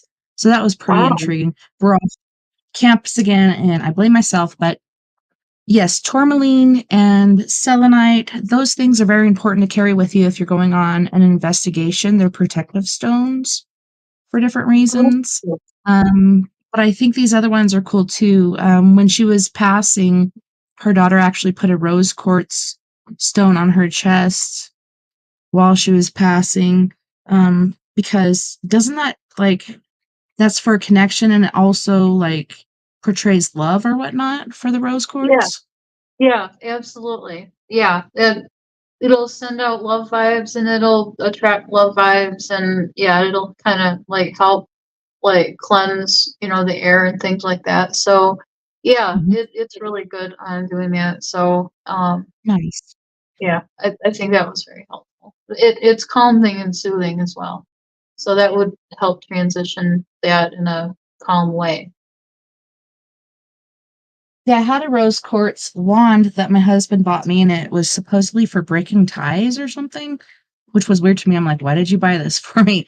But it broke because him and my, son came in here to play games on my computer, and they knocked stuff around because this is a pretty small room.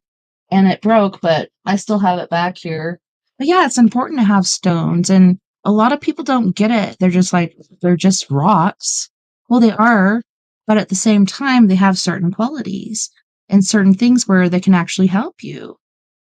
Yeah, yeah, like everything contains energy, like we talked about earlier, and Mhm. they form and they contain the energy of the rock formation, like how it was formed. Like it forms with energy, the coming together of things, the elements. They come together to form this, and that contains the energy in it. And then you can also, um, there are ways that you can cleanse, the energy because we're surrounded by energy. There's energy in it. The compass picks up on the true north and things like that. We each have our own true north.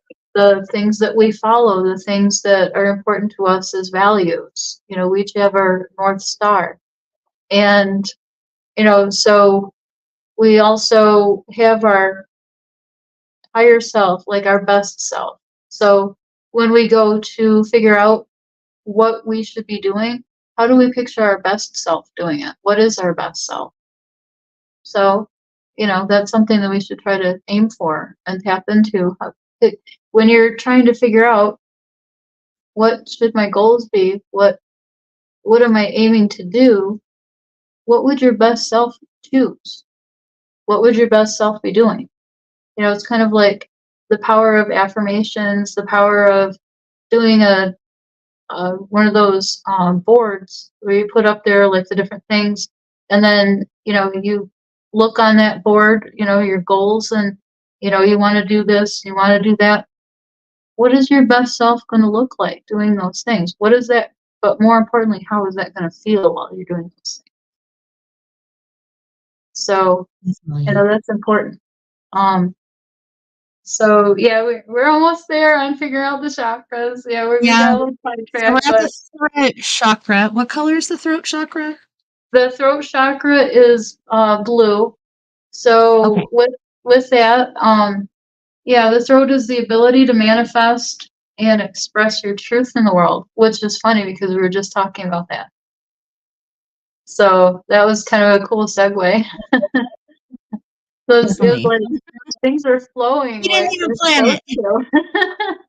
So that's pretty cool, is doing that. Now the third eye is intuition, and that's kind of like a purple. And, that has to do with patterns of learning and a skill set and our memory. So that one is, pretty cool. Like a whole bunch of things are happening with our third eye. A lot of that's intuition, and like that's also connected with that creepy feeling or the butterflies that we can get in our stomach that kind of tell us something's off or something Mhm. is. Or you get that gut feeling like, instead of going the regular way home, I think I'll take this other route. And then there was a major accident or something. I don't know how many times that's happened. It's like you we're basically humans and we have a pattern that we follow every freaking day. But sometimes you just get this feeling, maybe I should go some other way. And then a bad accident happens. Or maybe you decide, like when I was going to Phoenix the last time I went, I was like, I think I'm going to stop by the store really quick and pick up some cigars. Had I not stopped there, I would have been in a horrific accident. I wouldn't Wow. be here right now. And so I'm sitting there for a while, and then I decide to go to Google Maps. What's another way I could go through this route? Because this could be like 3 more hours. So I did that, but had I not stopped there, I swear, sister, like I would have been in that accident. So it's just things like that. Like you get this feeling and you don't know why. You don't have like a premonition or anything, or maybe you do, but you just get this feeling like maybe I should do this instead of this. Maybe I should go right instead of left. Just listen to your gut. Mine's getting pretty big, so it's got a really loud voice. I'm just kidding. But no, definitely listen to your gut. Your heart can lead you astray because the heart wants what the heart wants, but your gut never will. Your gut will always be honest with you. And people think of it literally as like, dang, this thing is pretty big. it's got a pretty big voice. And I like to make jokes about it. But seriously, when you get that feeling in your stomach, sometimes it's icky, sometimes it's gnawing. Listen to it. If you want to go left instead of right this time, go left instead of right. You'd be surprised what could happen. There's been so many times that I've listened to my gut and things went better than they should have. And I don't know if, people talk about like guides or like members of their family, like my mom or dad or somebody might be telling me this, but I just feel it in my gut. Like, and then it's in my head, like you said, that still small voice in your head that's like, let's go this way instead of this way. And you do it, and then you're still alive instead of in that mangled mess. Yeah, yeah. There's a discernment that you learn to have. Like, is this a panic attack or anxiety, or is this my intuition? Like, the intuition is more still. The intuition is more Yeah. of kind of like a no, don't go there, rather than, oh my God, you know? So, You can feel it. Like, generally it's down here, but you can feel it in your heart. You can feel it, like, sometimes even in your whole body. Your body yeah, trying to tell you something's wrong. yeah, yeah. Yeah, it takes some practice to be able to tell, is this just I don't want to, or is this just anxiety? Is this actually my intuition kicking in? Like to me, I don't know, for me it's more subtle. It's like, oh, maybe I should listen to that. Instead of, like just getting all twisted up inside about it. Guess Like what? that can be anxiety for me. Oh, man, we did have a caller on here for a second, but I was saying before we get to that caller, I think her name was Christina. I'm not sure. Please call back if you did call in. We're not ignoring you. We're just, can we finish the chakras and then hopefully she'll call back in. So the Yeah. next one is the crown chakra, correct? Yeah, yeah, and it's kind of like a lavender or a white color, and that one is access to the higher states of consciousness, open to what is beyond our understanding. It's also like our connection with the universe, God, Allah, whatever that is that you're connected to spiritually. So that is like the root is connection with the earth, and the crown is connection to up above. And what's funny about the crown is it sits above our head. Whoops, I'm seeing where above is on the camera. Above our head is the crown chakra, not on it, but above it. And the root is actually in us, like where we're sitting. So that's the interesting thing to me, is it's not actually in us, it's above us. Yes, like right above. And it's funny, like, okay, so my mentor taught me start from your crown and go down to your feet and then go back up and then form this circle of protection around you of light, this light that comes from within you, and make your own little safety bubble. And it actually works. It's amazing. It does. Yeah. Wow. I can't believe this thing just fell down on me. It's a Wow. picture my kids made for me. We love you, Mom. What? Why did that just fall on me? I did not touch that. Oh no, Weird. that's just like came from above. Wow. Yeah.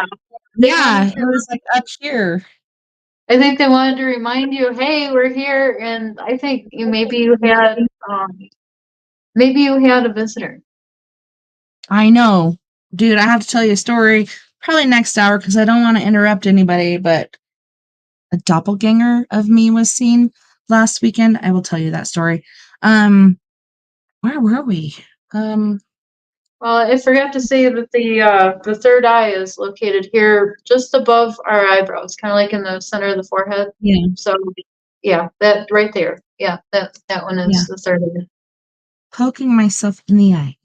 Yeah, my daughter even talks about that, and she even talks about her past life, and she's only 8 years old now. First time she told me about her past life, she was a year and a half old. Wow. Yeah, it was amazing. But yeah, I wrote down green for the heart chakra because my son's favorite color is green, and he is so sensitive, so that totally adds up. And then I wrote down purple for the third eye because purple is Lily's favorite color. And then I also wrote down lavender because lavender and purple are pretty close for the crown chakra. Yeah. No, it really makes a lot of sense as far as like what people's favorite colors are. Do you think, as far as the chakras go, is that what makes up our aura? Like, is it what we're using and implementing in our lives that's the color of our aura from our chakras? Or how does that work, do you think? I think so. Like, I think it is corresponding to our kind of like our mental, emotional state and our physical state is just kind of like a manifestation of everything. And I'm still working on seeing it yet, but some people see like the aura out to here, and I just see it really close up to the body. I'm still working on that yet, but Yeah, that's what I see too. It's like right around the body.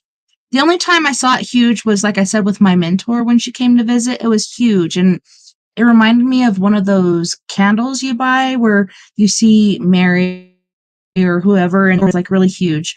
Hers was a really huge, like white color, and then it had silver speckles through it, and it had some like blue in it. ooh, Um, yeah, it was those so are really beautiful. pure. Yeah, those are And really then pure.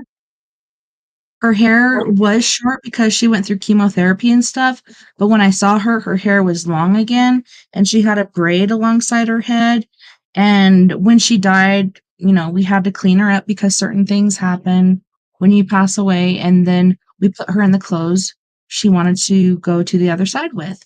But when she arrived here at my house, those white sparkly clothes that she was wearing turned into a beautiful white dress. It kind of reminded me of like a beautiful medieval dress. It was white and so gorgeous. And it was funny because Nova and Kinsey were there with me.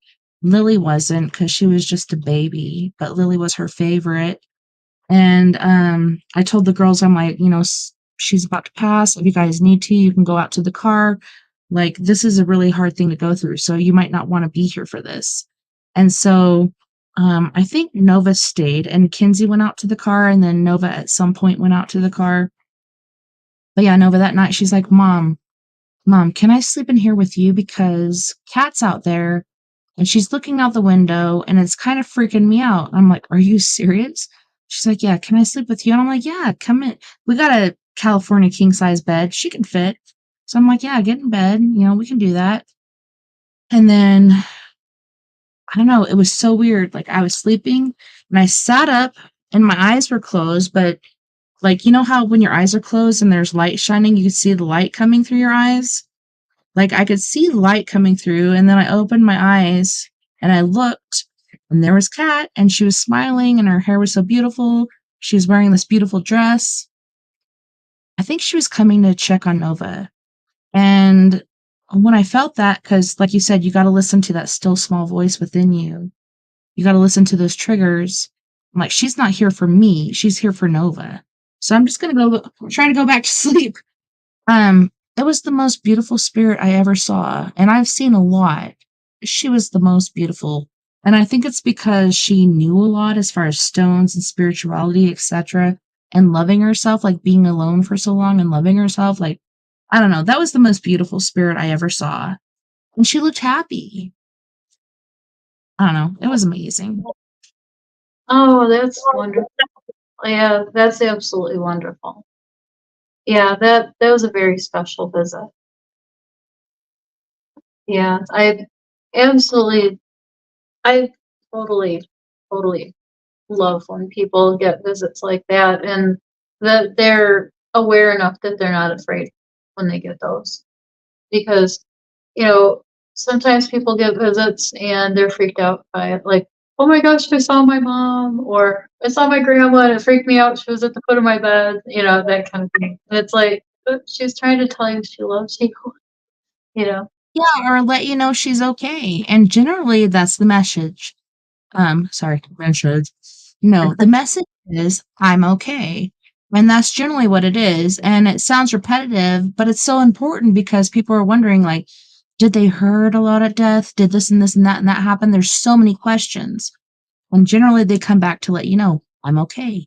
Everything's okay. Everything's going to be okay. That's what my mom told me after she passed. And that's important. And that gives your heart peace. Like, instead of worrying all the time, you can actually find comfort. They're okay. Everything's okay. Everything's going to be okay. And they're the happiest they've ever been. Because as far as I understand it, when you go to the other side, it's an immense amount of love and acceptance. And it's a happy Yeah. place. And it's Yeah. like, people are like, oh, that's just a cop out when you say, oh, well, they're in a better place. In reality, generally, unless they were a really bad person, it is a better place.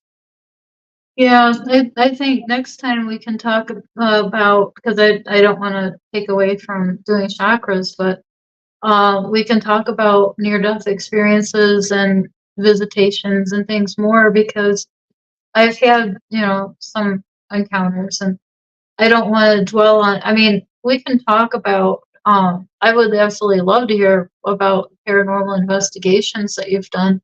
I've had some encounters myself, so that would be something to explore as well. So that we could Yeah, get like and the lighter side and kind of like the spooky side. And I think closer to Halloween, everybody's going to be on the edge of their seat, like, yeah, give me some of that. So, yeah, I mhm. think that is kind of cool.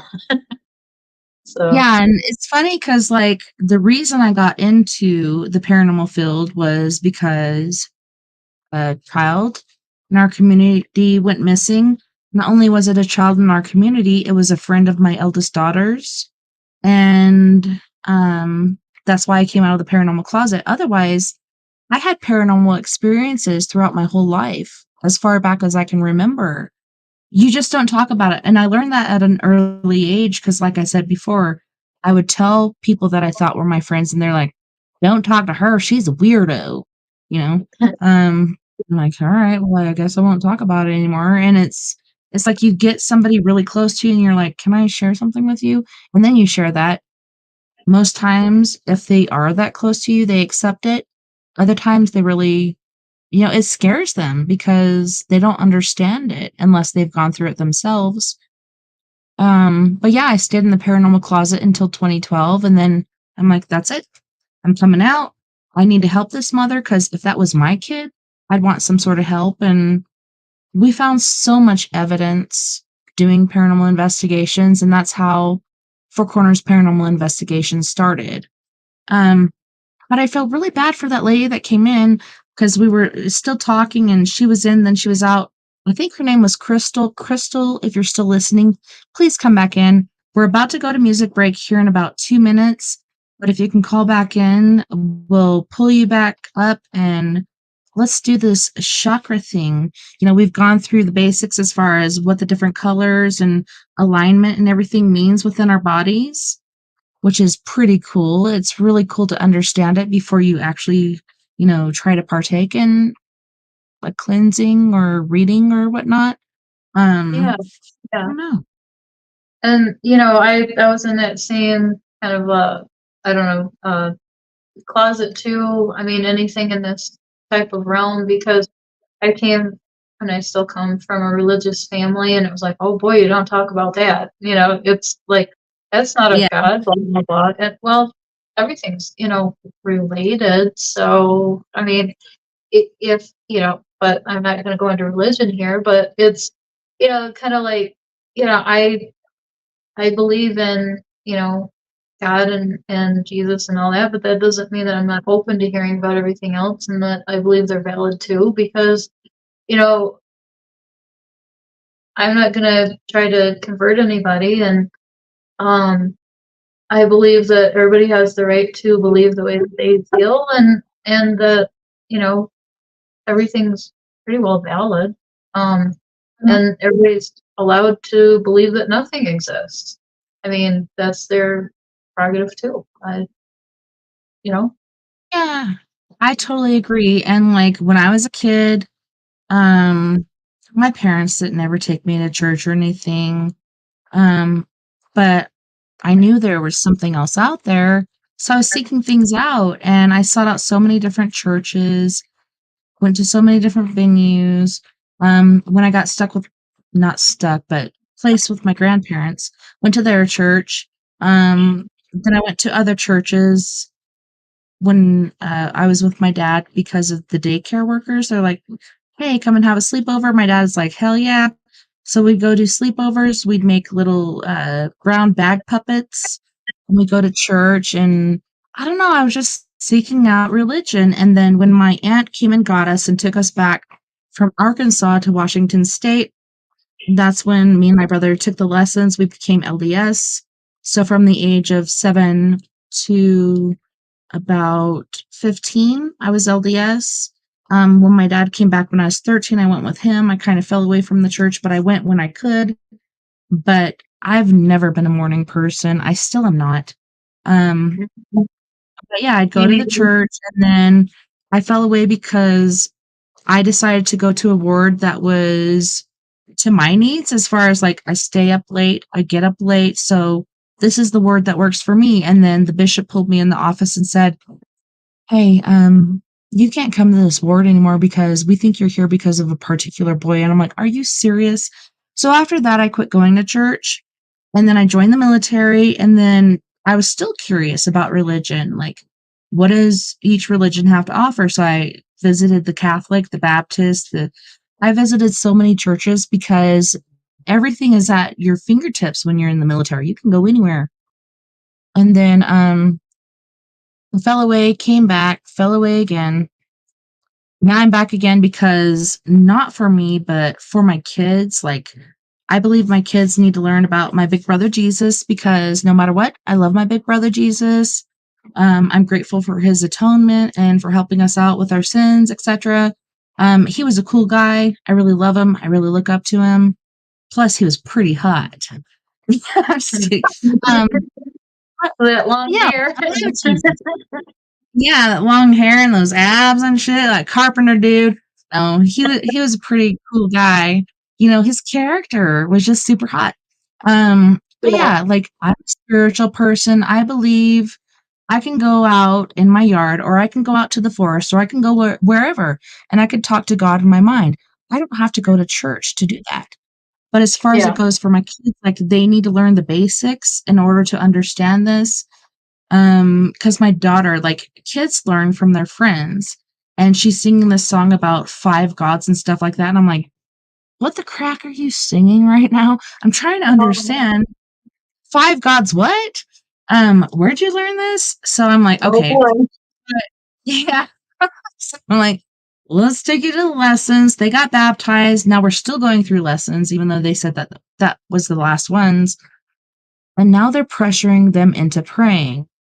And I looked up a scripture, and it's like, Jesus even warned against praying in public. Quit pressuring my kids to do that.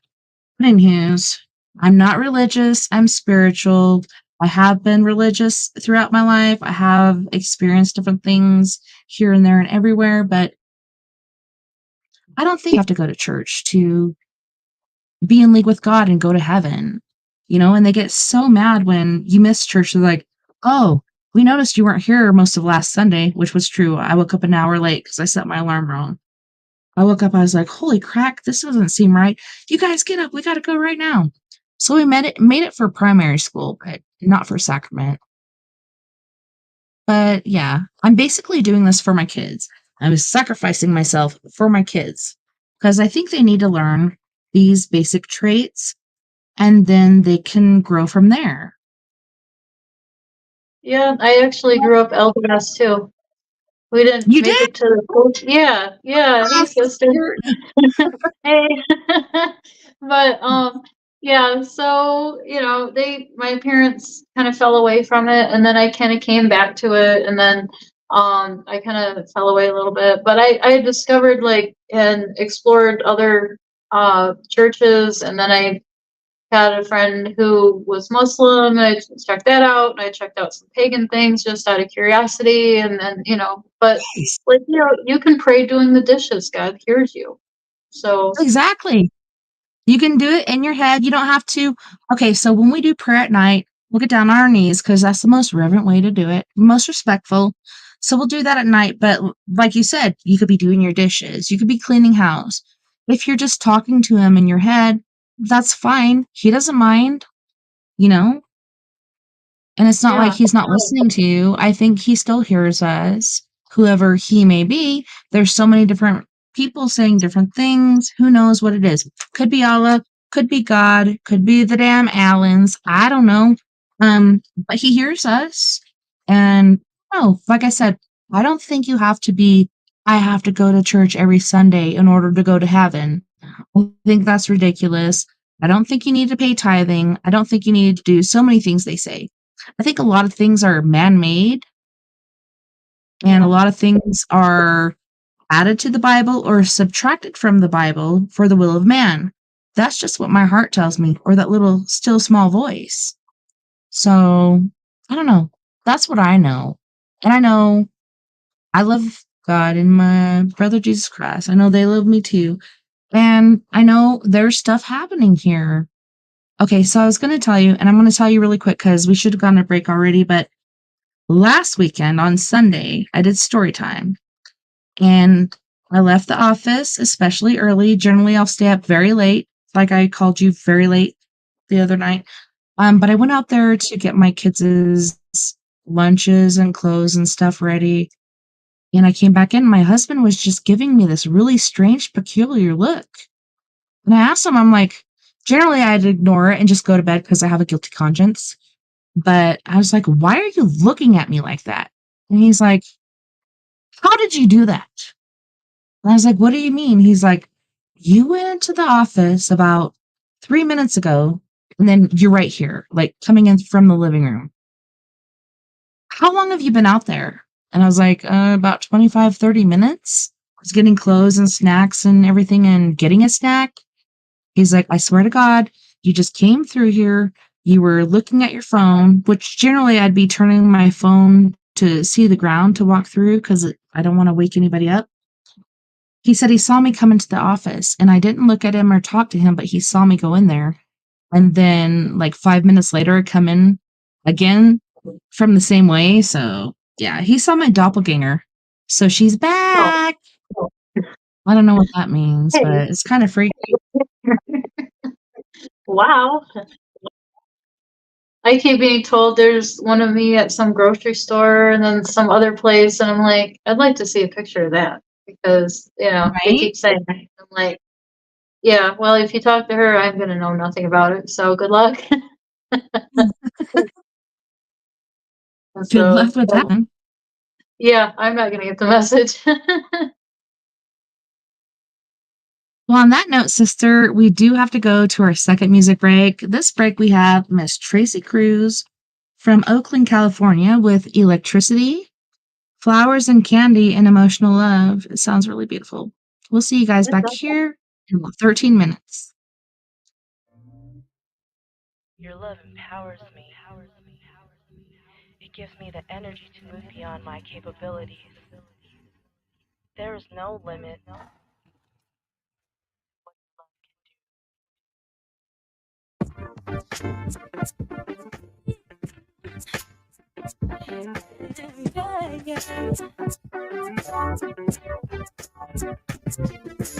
I feel chemistry whenever you're close to me. I cannot explain your energy, 'cause you're pulling me like gravity. Feels so strong, not escape your electricity. This rush keeps going through to my veins. This feeling insane, and I can't explain. I'll never be the same. I'll never be the same. Rush keeps going through to my veins. This feeling insane, and I can't explain. I'll never be the same. I'll never be the same. Physical attraction holds us like a magnet, and I cling to you like steady. I can't let go. Your love is so dynamic, me a fanatic, got me feeling ecstatic. With my heart to my head, this feeling insane, and I can't explain. I'll never be the same. I'll never be the same. Rush keeps going through to my veins. This feeling insane, and I can't explain. I'll never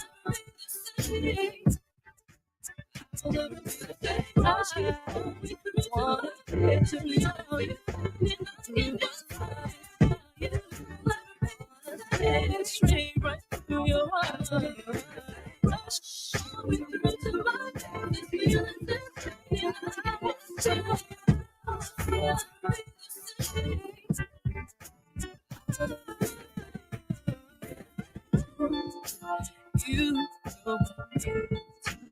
me. I feel so excited, feeling strong and I can't fight it. Oh, do you know you? I feel so inspired, my heart and soul on fire. Love that strong, let's be fun. Let's change everything. Let's change what nothing brings. Let's create a love that's so strong. Let's make a happy song. Let's everything. Let's end what nothing brings. This rush keeps flowing through the mind. This feeling's insane and I can't explain. I'll never be the same. Ooh, this rush keeps flowing through the mind. This feeling's insane and I can't explain. Ooh, I will never be the same. Your voice has been No. and at the microphone. And I really say to me. Never find someone like you, baby. Good is you. Like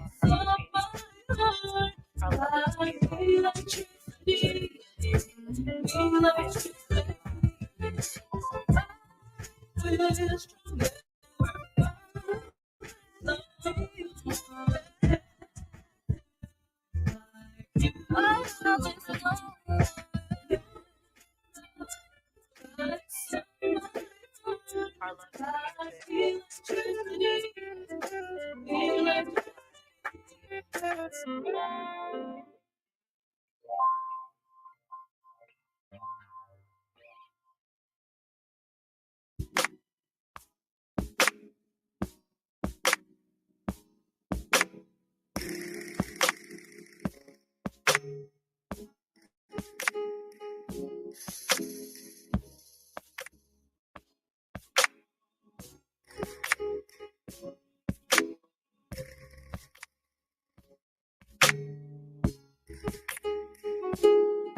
When I met you, my life changed.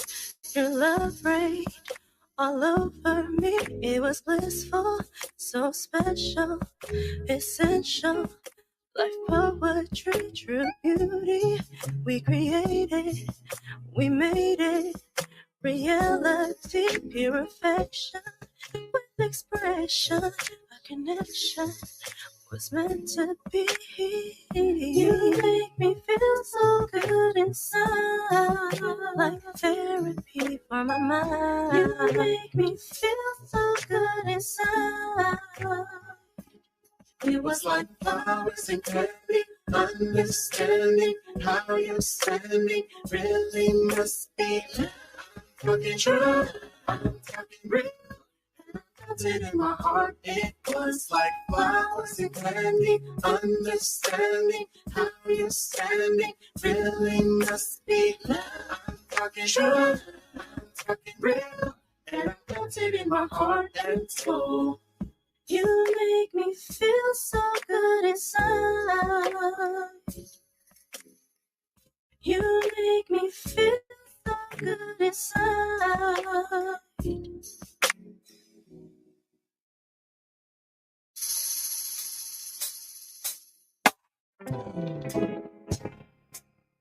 What is this that's happening?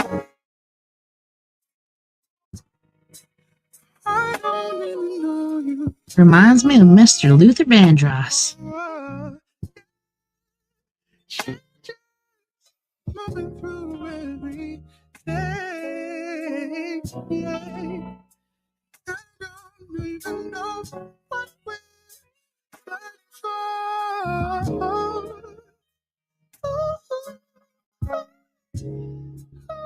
Our bright days turn to sleepless nights. Our loving ways have turned to endless fight. We can't seem to compromise. We try so hard to make me right. Yesterday was me. Will erase.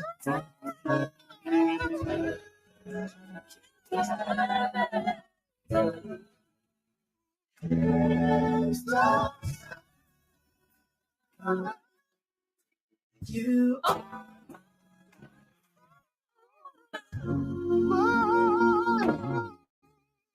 what is really happening. Changes are moving through everything. Change.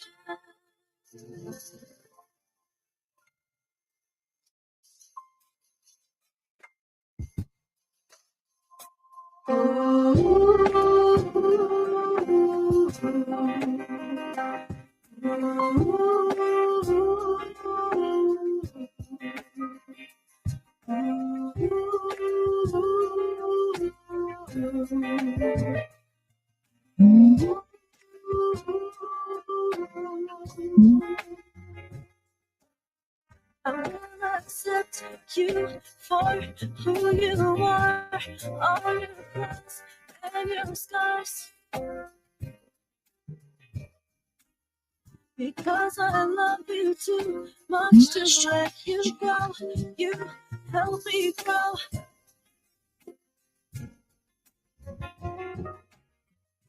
I will accept you for who you are, all your flaws.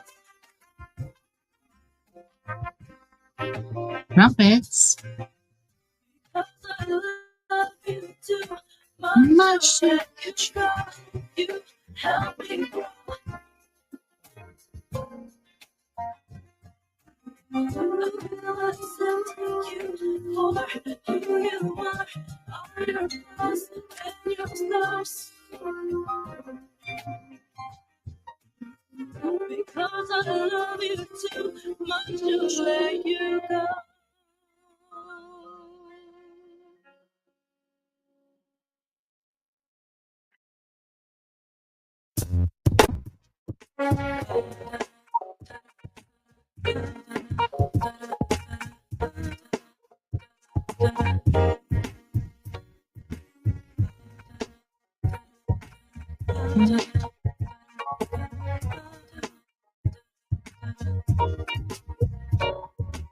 Boy, I don't know what to do. My heart is so confused. In the past, it's been put down, it's been shattered, and then I'm left without any clue to know the real truth about what I found. But with you, I found my calming ground. Cause you're the one that makes me feel. Maybe feel that love is real. Cause you're the one that makes me feel.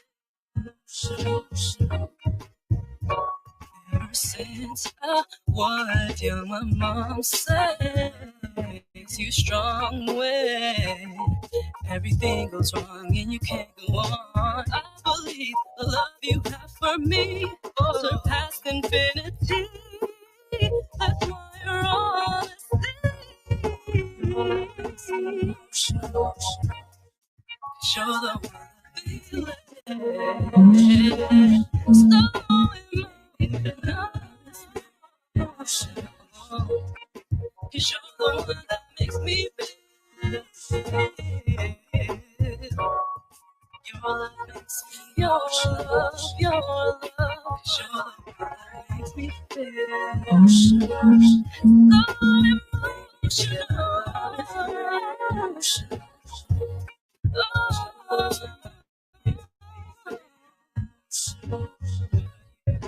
magical. You move me so I can't let go. You touch my soul, I can't let go. 'Cause what we have is magical. Emotional.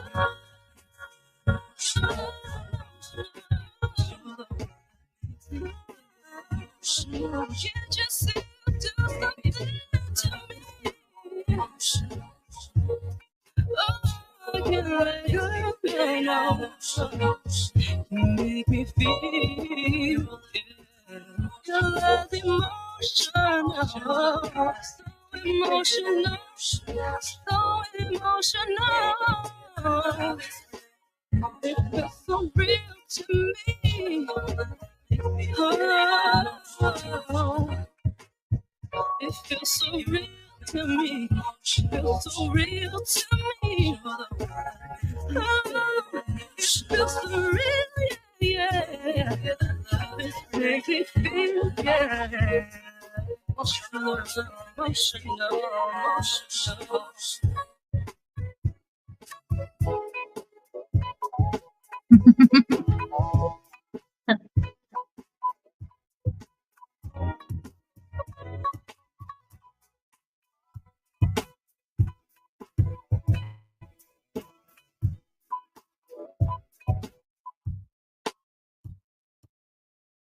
Thank you, Tracy Cruz, for that music break. It was amazing. So emotional. But I'm so grateful that I have Miss Kelly L. Walters here to teach us about chakras. We've gone through the different stages, all the way from our pelvis to our crown chakra. We've learned so much. And man, I feel so bad because somebody came in for a reading and we were still talking and then she skipped out. I hope she comes back. But welcome back, Miss Kelly. Thank you so much for coming in and educating us on the chakras. Well, thank you for having me. My pleasure. Indeed. So here's the awkward silence Oh, portion of the program. I'm like, so where should we go from here? My gut is telling me. What are you saying? It was like a ventriloquist. I heard the, what is it saying? Like it was like thrown across the other side of the room. Yeah. What the heck is that? No, but it's amazing how they work. And I saw something just recently where somebody's like, okay, I'm going out there, I'm trying to score, so I'm going to wear yellow or whatever. I'm like, what? And they're like, it aligns with the chakras. I'm like, okay. I don't know. Psychologically, I read that yellow is the yield sign, like yield to me or whatever. I don't know. That's Yeah. just kind of a little creepy. I don't think I've ever approached anybody in yellow, so I think they might have their lines crossed. So if you were trying to go out there and score, what color would you wear? The green color? Wear green. Green is kind of an earthy tone. It kind of translates to approachable, kind of a grounded person. I think that would be a good bet. Or blue. Blue is a trustworthy color. That's a good one for people that want to come across like they are a trustworthy person. Red is something that's definitely a showstopper. It's something that like a Yes. female could wear, like a look at me red kind of a thing. So black is Yeah. kind of a standoffish Uh, color. Black is a power yeah. color, but it's kind of a standoffish, kind of like a guy could look at you wearing black, but they would be kind of like stand back black. You know what I'm saying? Yeah, and then I heard like if you wear white shoes, you're antisocial. But I heard that thing about red, and I'm like, hey, I've been wearing these Tommy Hilfiger jeans where they're blue, but on the back, the flaps for the pockets are red and they kind of poke up, and those are supposed to be attractors.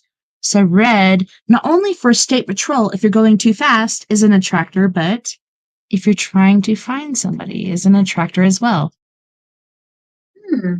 Well, I have a red Sure, couch. Does that say yeah. anything? I don't know. Is it kind of like the Corvette of You're couches?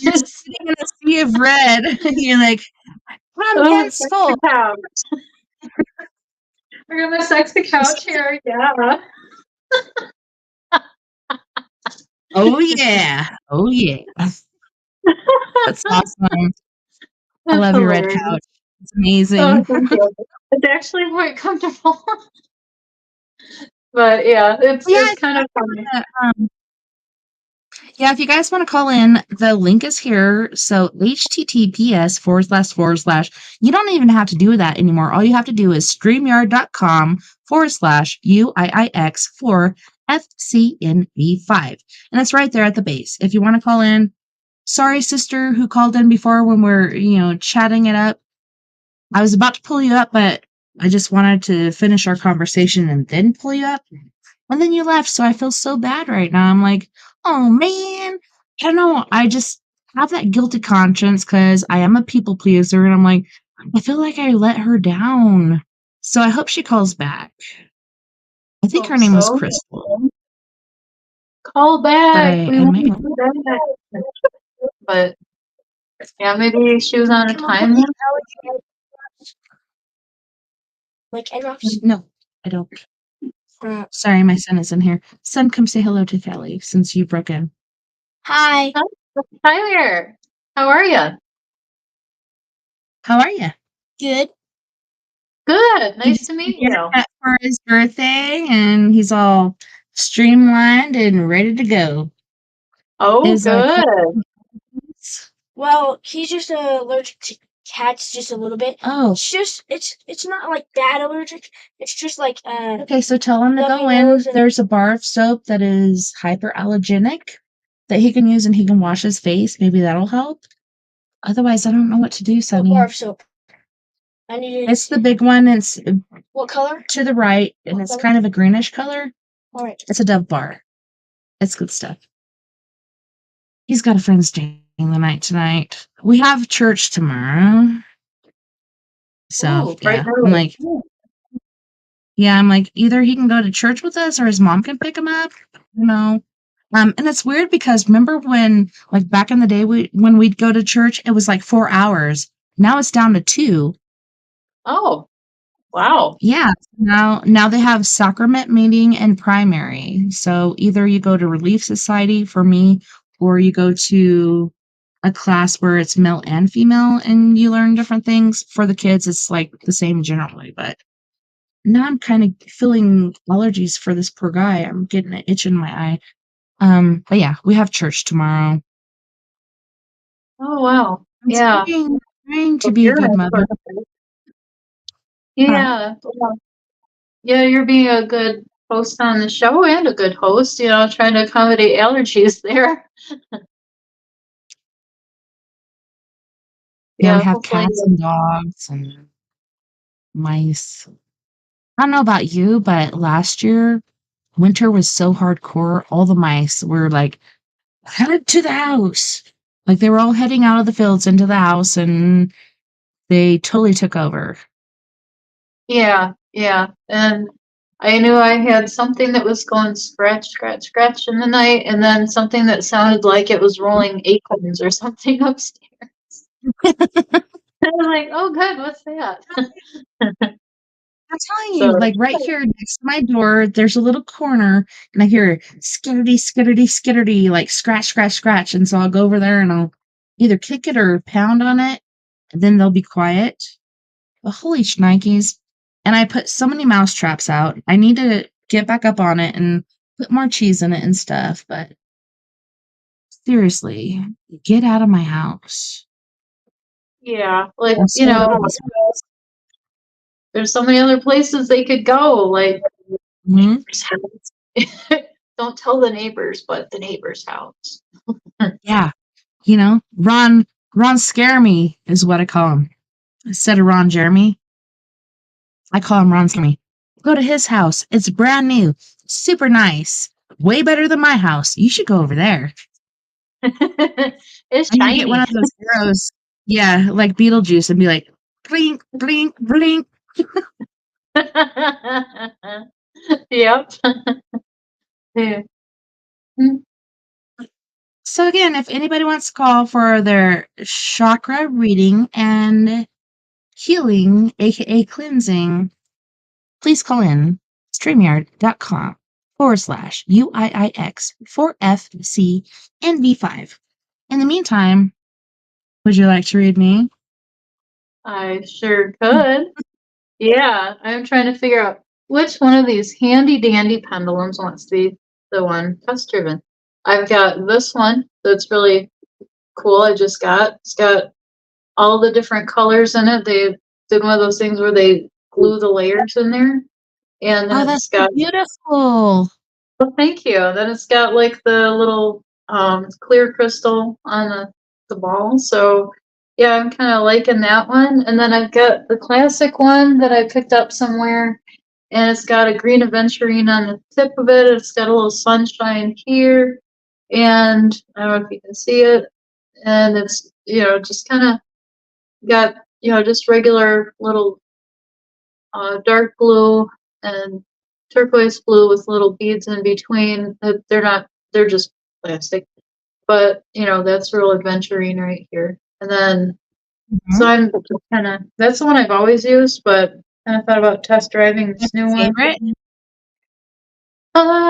Well, the old one just kind of speaking to me right now. So I think I'll use that. But I've got my trusty amethyst tree. So kind of liking Oh, that. that's beautiful. Isn't that cool? Where'd you get that? I found it at a garage sale like years and years and years ago. Holy Yeah, shnikes, that's awesome. I did it very well, but yeah, it's actually like brass, and then they wound that around, and then they glued they had little loops at the end of it, and then they glued the little amethyst on the end of it, and this is a cluster down at the bottom that it's anchored into somehow. So I just absolutely love that.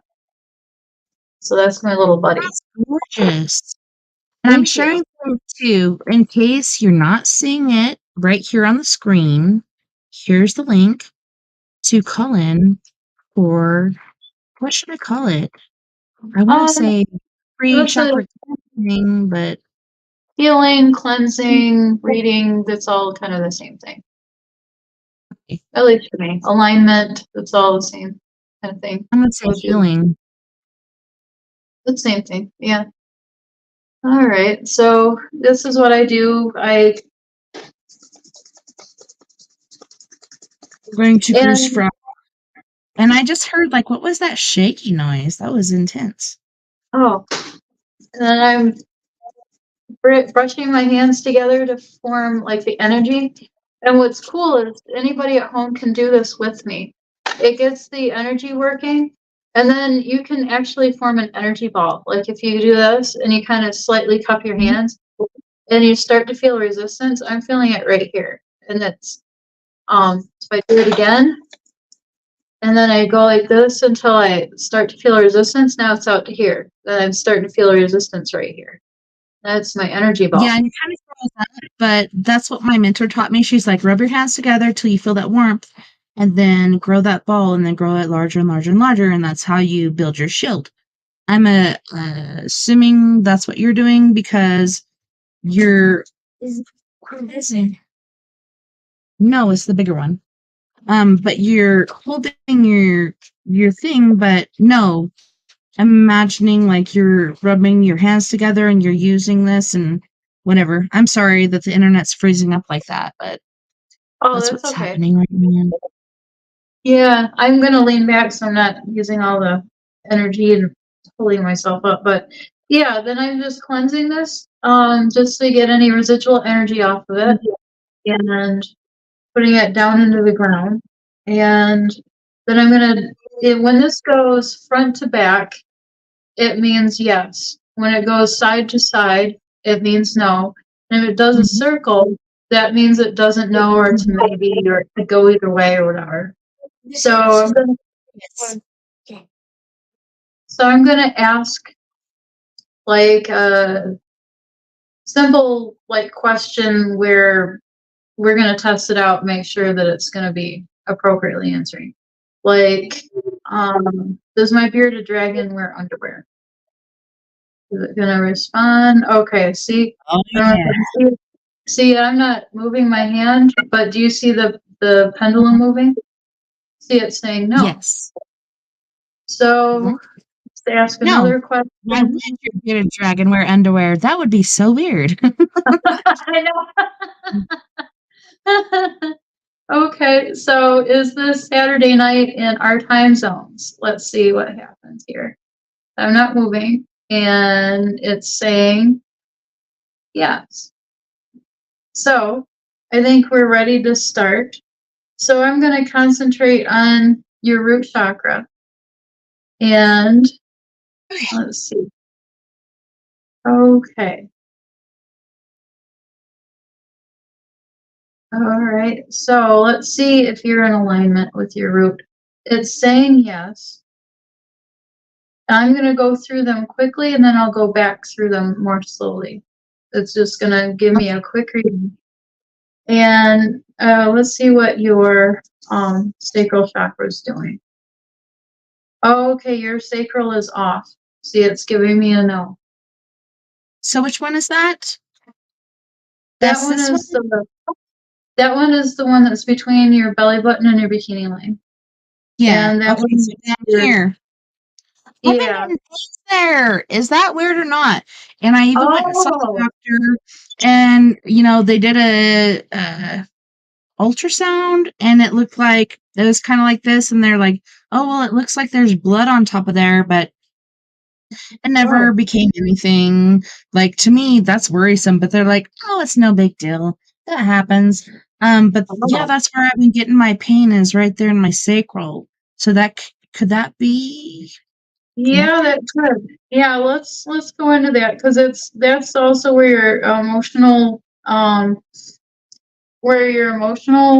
area is, your sensuality, your creativity, and all that. But let's see what's going on. Like, let me go into that further. So what I'm gonna do is I'm gonna concentrate on that area. Okay. Now this is gonna look weird, but this is what I do. Oh my gosh, I felt that like it makes it hard to breathe because I'm getting so much resistance.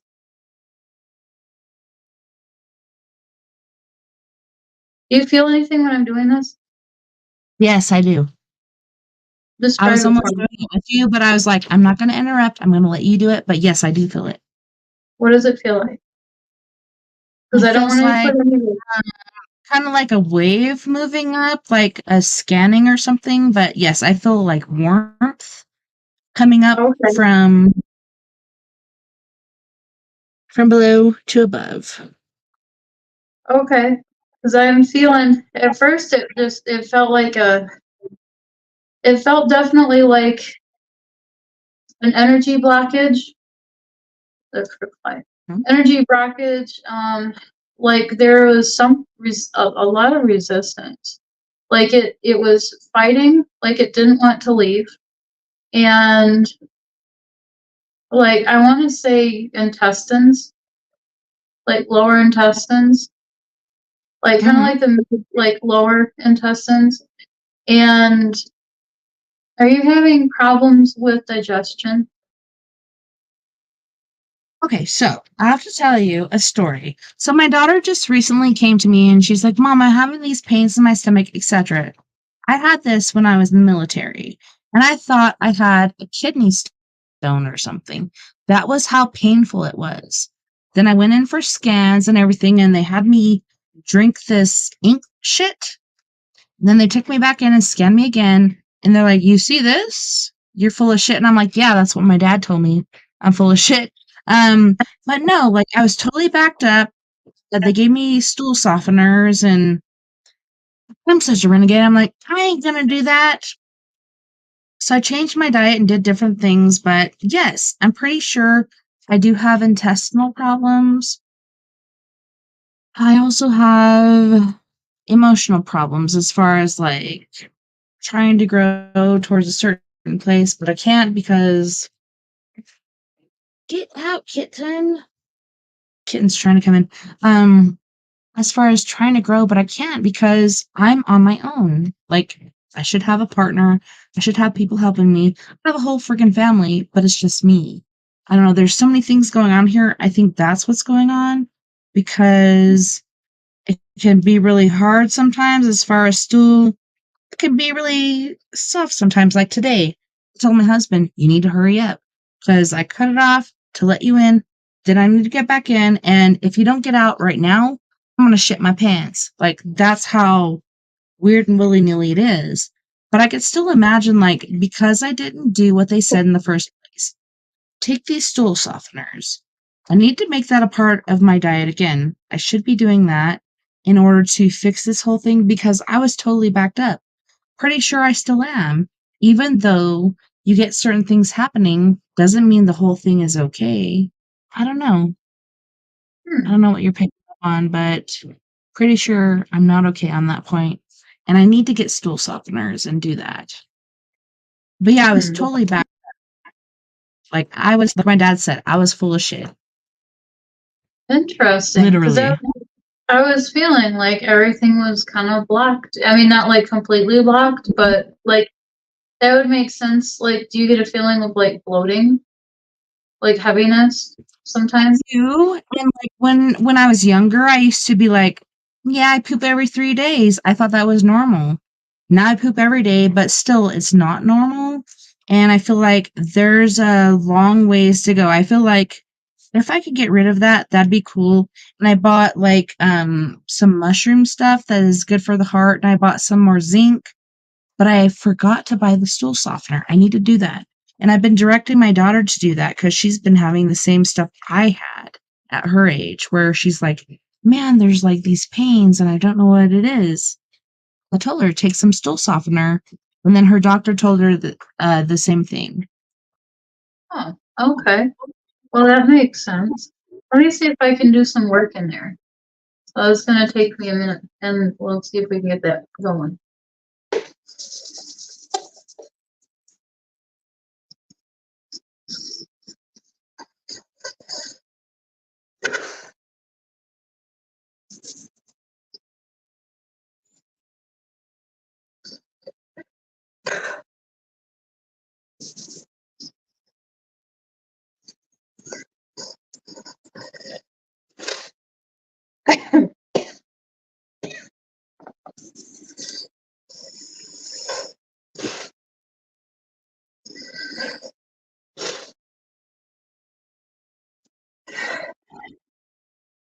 How do you feel now? Lighter? Good. When I was going like this, it was really resisting, so I was like pulling a rope. Yeah, it was resistant. Yeah, yeah. It was wanting to hang on. I've bought things that were harder, but this isn't like a dark energy. This is just like more of an organic, like kind of like a health thing. It's not like you have like a negative energy thing trying to cling to you. It's not like that. It's not that. It's just like a health build up thing. And I'm thinking that you're gonna probably have more creativity start to flow. You're gonna have more um kind of a you're gonna start having some sensuality, maybe start, but that might be a little down the road. I don't think that's like your main focus. Yeah, you're gonna start feeling like kind of feeling like in your power, kind of like maybe like a These things you're mentioning, I feel have been stunted. Like my sexuality, my brain work. Like I'm just like, I have no thoughts. Or, the sexual realm, I really don't care. So that's good. But this is opening up. yeah, like it'll be kind of nice, if we can get you to the point where you kind of feel like a little bit of a tigress stalking around, that kind of thing. Normal. Back to my crazy self. Yeah, that would be nice, wouldn't it? Yay. Yeah. So I'm just like, yeah, so feel like, get some high heeled boots and, kind of like when the kids are gone, but get you to that point. Yeah. when the kids are not Guess in the what? house. For Halloween this year, I'm gonna be Elvira. I'm gonna have my boobies like this, and I even bought the wig, so because I don't have bangs, so I have to have the Elvira wig. I'm going to Oh, be the Mistress of the Dark. she's oh man, yeah, Elvira's cool, and she's like 70 years old and doesn't look it. She's awesome. Oh, yeah. Yeah, She's yeah. gorgeous. Oh, So she yeah, is. I want to be Yeah. here for Halloween this year. Oh, you're gonna nail it. Yeah, that's gonna be awesome. Let me see, like, Yeah, where we are with that. I'm gonna have to do a tutorial, but I can get it. Oh, look, see, now we're doing better with it. Do you see that? We're Yes. going, we're doing a yes here with that. Let's Yes. see what It we're says yes. doing. Let's see what the heart's doing. What the heart's a yes. The heart's a yes. So What did her let's see. say? The heart is the opening of the feelings, the compassion, the capacity to love with no conflict. So we're doing good there. The throat chakra, the ability to manifest and express our truth And in I the like world. how you said the heart with no conflict. So, what does the heart say? And then moving on from there, because The heart is doing really well. good. Yeah. And the throat is doing well. Yeah, you're a good communicator. I don't know if you noticed. Guess what? Last time you're like, oh, your throat chakra is blocked, and then you unblocked it, and guess what, sister? I've had all kinds of drama because I'm just like, what? No, Don't yeah, know when to shut up now. yeah. Now I don't know when to shut up. I'm like, oh shit, maybe I shouldn't have said that. Oh boy, yeah. Surely The open. the third eye, that's intuition, the patterns of learning, the memory, the skills and all that. Yeah, you got that. That's that voice that you've in you, and you got that. The crown chakra, the access to higher, well, let me clear it first. The access to higher states of consciousness, open to what is beyond our understanding. And oh, okay, we're not so cool there. We're kind of doing a no. Oh, so it's like I'm going out, then it's like something's blocking. Yep, somebody, somewhere, something, maybe you are kind of not wanting to connect with the universe No, entirely. So, it's not me. It's my old man. It's this stuff happening over here because I'm like, hey, we're supposed to be partners. We're supposed to be doing this together. No, we're not. I'm doing my part. You're not doing your part. So uh-oh, I think that's where that blockage is happening. there's conflict. No. It really makes me sad. It really makes me depressed and disheartened because I'm like, we're doing all this together. Like, you came back. I don't know if you know, sister, but Bryn almost died during COVID. He was intubated, he was in a Oh, coma, etc. And he was gone for about a couple months. Then he came back right before Valentine's Day, and I dressed up and I came in and I had a fuzzy little animal and balloon and stuff. And then he came back home, not here, but to my daughter's house. So he was there for a couple months too. And I don't know, it just caused a lot of turmoil as far as he's really close with my grandson. I'm not because I couldn't be because my kids were sick. And I'm not going to go over and see my grandson if my kids are sick because I don't want to get him sick. And so there was all kinds of blockades and it was just very traumatic, like all around. And I feel bad about that. Like, I don't know, to the point where I'm like, I could have had this relationship, but I couldn't because my kids were sick, blah, blah, blah. Like, you were there. So he got it, and my grandson is so attached to him. He doesn't even care about me. Like, I don't know. It breaks my heart, but at the same time, I get it because he was there. I wasn't. I couldn't be there because my kids kept getting sick, and I wasn't going to spread that. So I don't know. It was really hard. doesn't sound like something that can't be repaired. But I think that you can still have a relationship with your grandson. Yeah, I try. Like today, he was here.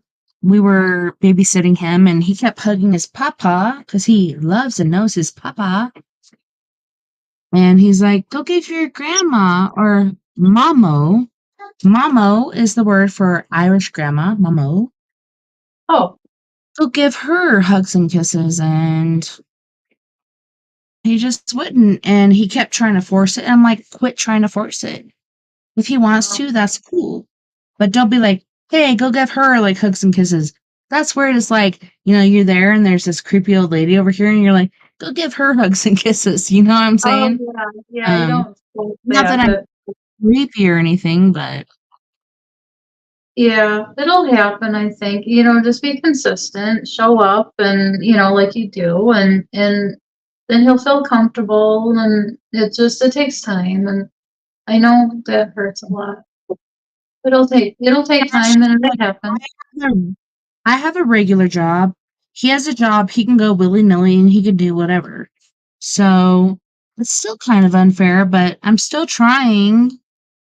Um, It was so sad, like, last night or yesterday, she's like, "Hey, can you take care of Archer?" And I'm like, "I can't because 'cause I'm working too, like, I wish I could, but I'm taking care of a girl that is 20-something years old, but in reality, she's 12 years old, and I just can't do it, like, I don't know. I wish I could've, but there is only so much you can take. It's hard. It's Yeah, difficult. I understand.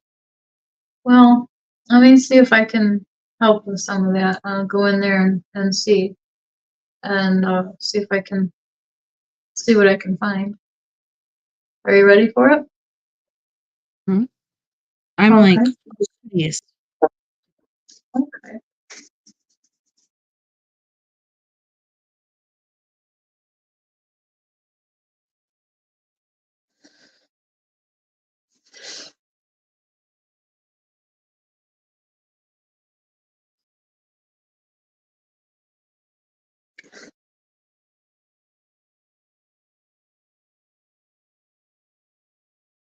How does that feel? The waves.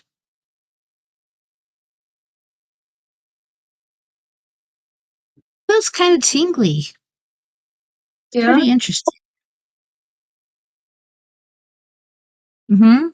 It's like, when you feel like, I'm gonna crawl out of my skin," but at the same time, something else. I don't know.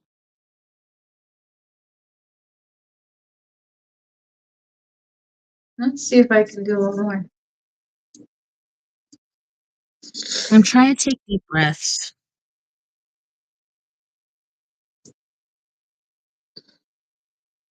Now I try to put something in there.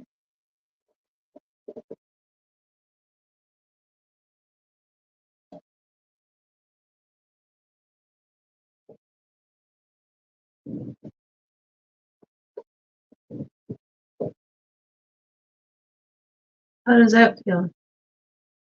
Warm? Warm and tingly. Good. It's kinda I'm like gonna, when I get restless legs, but different. yeah, yeah. I'm going to go through each one from the root chakra. And this time, if the degree to which it spins, how fast and how big around the circle is, tells me how healthy the chakra is. Okay. Because if it spins really fast and really wide, that tells me that that energy is really flowing. So this one's the root chakra. Okay. This one is okay, but it could take some work.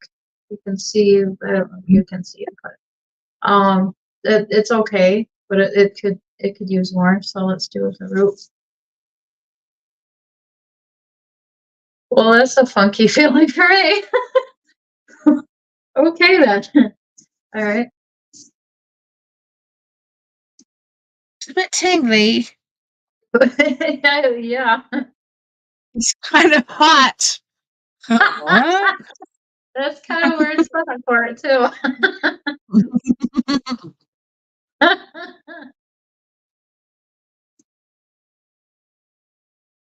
You're the only one I could do that with, by the way, laugh and stuff, because I have to be professional.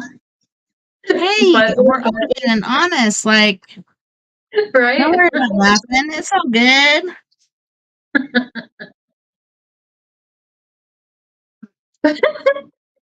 Yeah. I get weird sensations like in my arms and like, It's like it it's like goes from where you're pointing at up your arms. You're like, holy shit, that does feel kind of weird. I'm like, yeah, I'm telling you what, sister. That's yes, weird. it does. Yes. I don't feel it in the same place you do, but I feel it here. I feel it here. I feel it here. And it's Mm-hmm. like, holy cow. Yeah, I'm all tingly and Mm-hmm. weird. Yeah. Like, yeah. And then a lot of times I'll get visuals and I'll get sensations, I'll get colors, and it's just like trippy. So yeah. Yeah, I'm telling you, it's like all up and down my body, and I get restless legs, and man, all kinds of stuff is happening. But start from the bottom, going to the top. Oh my gosh, look at this. It's crazy. Like you can't make this stuff up. Like it's going horizontal and going like you see it? Yes. What Like, the heck? What? yeah, like So look at that. That's your chakra now. I like it now. Yeah. So yeah, let's do the sacral. That was the one that you had problems with the intestines. Let's see. Let's see how that's doing now. It's doing okay, but it's kind of all over the place. It's not doing the helicopter. So it's like I have a healthy diet, but sometimes I don't. Let's Sometimes see. we each other, and Oh, that was heavy. Eee. Oh, that felt weird. Oh, I felt that in my heart. We're not working on that, sister, but okay. No, when you're doing this, like I don't know, like I think it was you doing this, like I felt it in my heart. Oh, well, It it was could weird. be because I'm kind of pulling it toward me. Mm-hmm. Oh, did you feel that? Janky janky. Yeah. Whew. All right. Let's see where we're at with the sacral.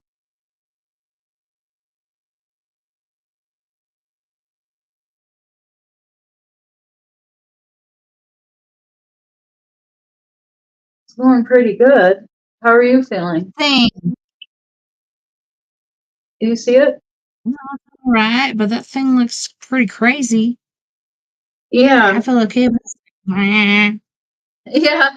We could do a little more. what the heck? No, it's crazy because like you feel your body and you're like, oh, it feels like this. But then when somebody reads you, it's like all over the place. Oh, it looks better.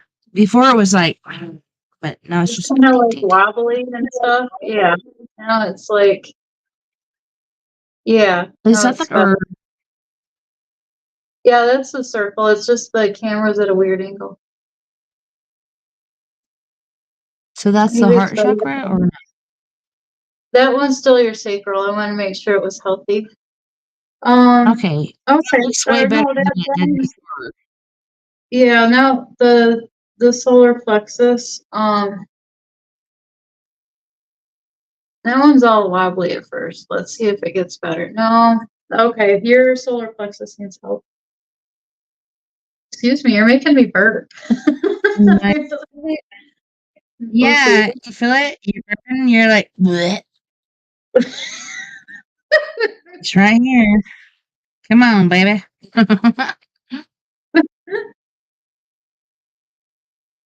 Oop, your solar plexus wearing me out. Sorry. What I'm telling you, like, okay, so I was like 20, 21 years old. And I went in and I did scans, everything else. And they're like, okay, well, we need you to drink this ink thing. So I Ooh, drank what are it and your I'm color sitting there questions? with other people, and these guys were in there for dental shit and whatever. And we're just talking about our different experiences.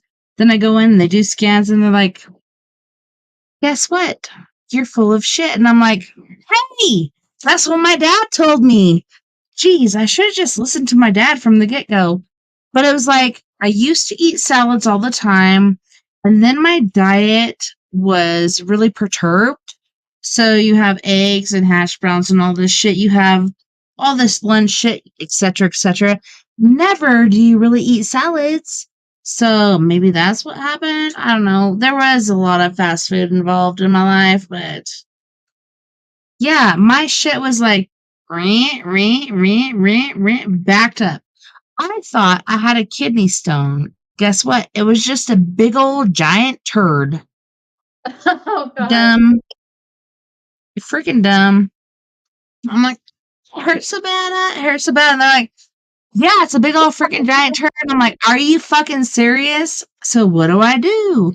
And then they prescribe me stool softeners. Guess what? I'm a girl. I'm like, I ain't gonna listen to you. I ain't gonna take these stool softeners. Now my daughter's going through this, and I'm like, hey, guess what? I went through the same thing. You need to take stool softeners. She didn't do it. So my husband went through a colonoscopy recently. Hey, Yeah. Jason.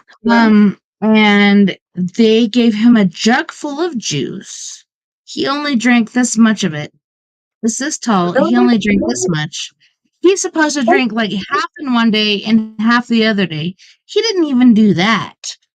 And then Oh, my daughter's going through this shit, and he's like, hey, guess what? I have the perfect shit for you. You need to drink this juice. And I'm like, did you read about the side effects and all this other shit that it can cause? It's fucking dangerous. Really. Like, it's got so much sodium and stuff in there, it can fucking dehydrate you. It's a bad idea. Don't do it. And I told her from the get go, like, do stool softeners, do that. Yes, it might take a little bit of time, but it'll work in the long run. He's like, nope, do this. Because, we're on two different pages. And that's the issue with us. Two different pages. oh So yeah. she got the squirtles and she's like, oh, yeah, that's much better now. And then they're prescribing her not only stool softeners, like I said in the first place, but Prilosec for heartburn.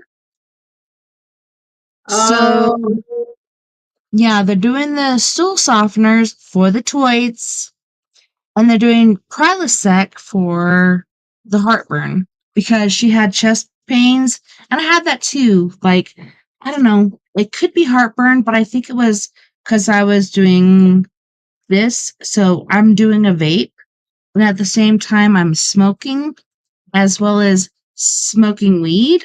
So that could cause a bubble in there. And I was like, I've had that, like where I've had pains in my chest. All you have to do is to remember, don't breathe shallow. Because if you breathe shallow, you can get pneumonia and different things. Breathe deep. And so, I don't know. I don't think I shared that with her. I was just like, oh, what's this? What's that? Blah, blah, blah. And trying to figure out where she's going. But breathe deep. If you feel that pain in your chest, try to breathe beyond it. Fill up your lungs and breathe out. Could be because you're vaping. Could be because you're smoking. Could be because you're smoking weed. I don't know. But as long as you breathe deep, when you get that pain, don't breathe shallow. A lot of people are like, oh, it hurts, so I'm going to breathe shallow. You have to breathe deep. Fill up the lungs, expand the lungs, and allow it to grow. Yeah, good idea. How do you feel? Because I just went through all your chakras. I feel kind of tingly right now. Yeah, is it a good tingly? I think so, yes. How else do you feel? lighter. Good, good. Hopefully you'll get a good night's sleep now. I don't know how you were sleeping before. Yeah, generally it takes a long time because I am a night owl due to like my paranormal experiences and stuff. It takes me a while to get to sleep, but no, I feel like I can go to bed and go right to sleep. I don't know. That's how I feel right now. I just feel like light and willy nilly, which is good. Yeah, that's excellent. Very cool. Yeah. So you think it worked? I totally, sister, think it did. Seriously. I don't know. We went through the chakras, what they mean, then we did the cleansing, etc. Like, I don't know, like I felt like before, like here in my chest, like between here and here was compressed. Now it doesn't. Like, I don't know, I feel better. Good. Good. It worked. Yay. Yay. Woohoo. So we have So 6 people watching and listening. You guys, look, at the very bottom of the screen, all you have to do is use that link to call in. Seriously, that would be awesome. I just want to help people, and we had somebody call in earlier. Unfortunately, we were still talking and she left, but call back. People, call in. Like, let's do this. Let's do these readings. Definitely.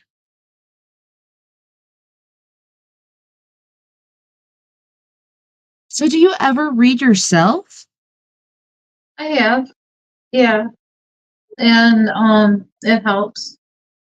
And I do guided meditations. I help people block negative energy. I help people protect themselves. I help people discover like is what is what's in there emotionally blocking things. I've helped people communicate with animals. I'm not doing those things tonight, but I've helped people with people that have crossed over. I've done things with that, but I'm not doing that tonight. I have had health issues, so this is kind of like the first time I'm back with these things. Because it does take a lot out of me. So, It's um, very draining. what's that? It's I very I, draining. well, I didn't catch the beginning of that. What was that?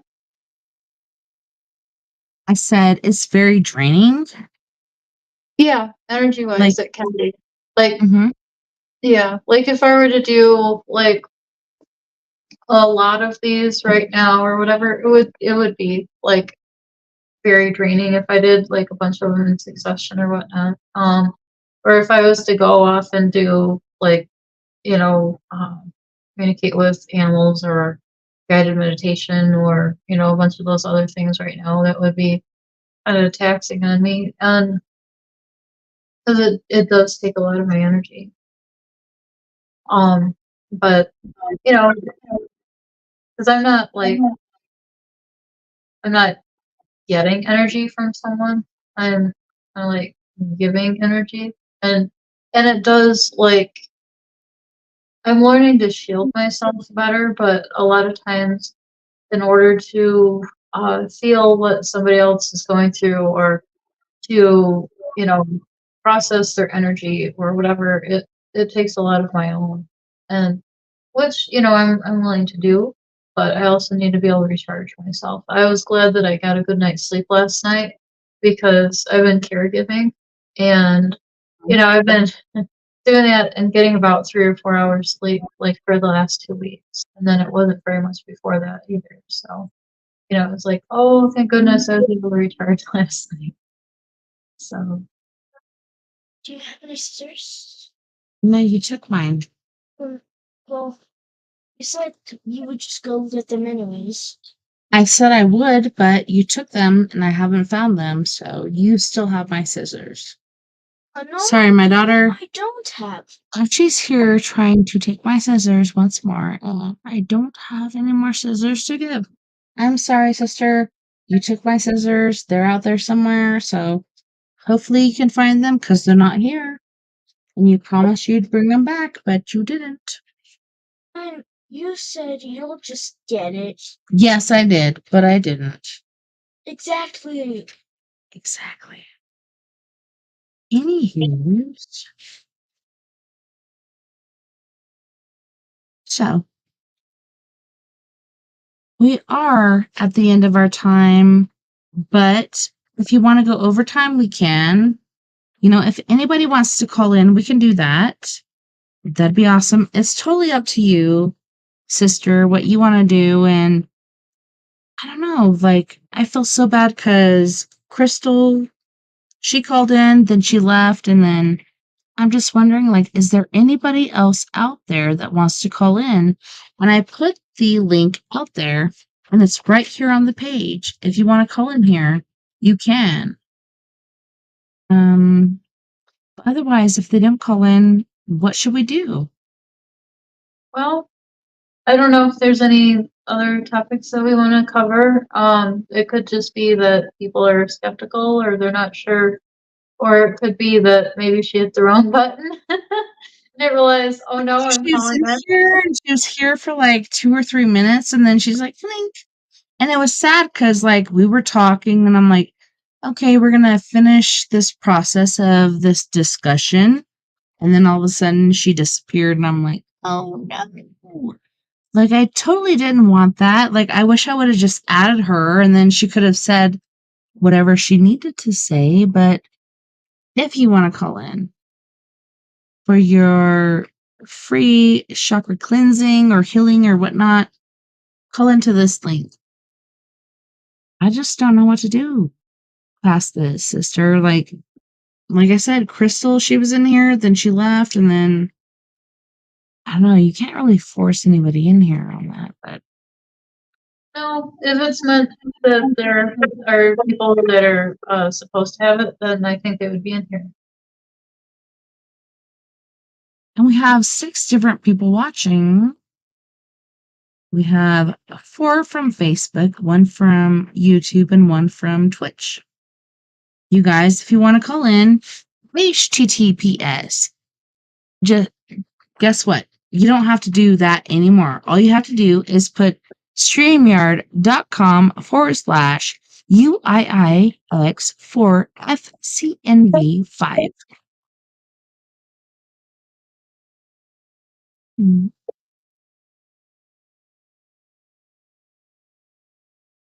So in the meantime, there's all kinds of creepy movies coming out. Have you seen any that are just holy shnikes? This is true to life. I know there's The Haunting in somewhere in Italy.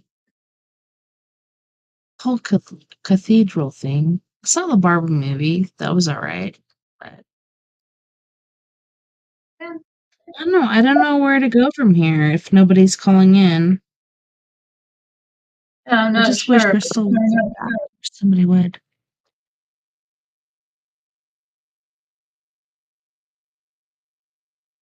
Yeah, I feel bad that we lost her, but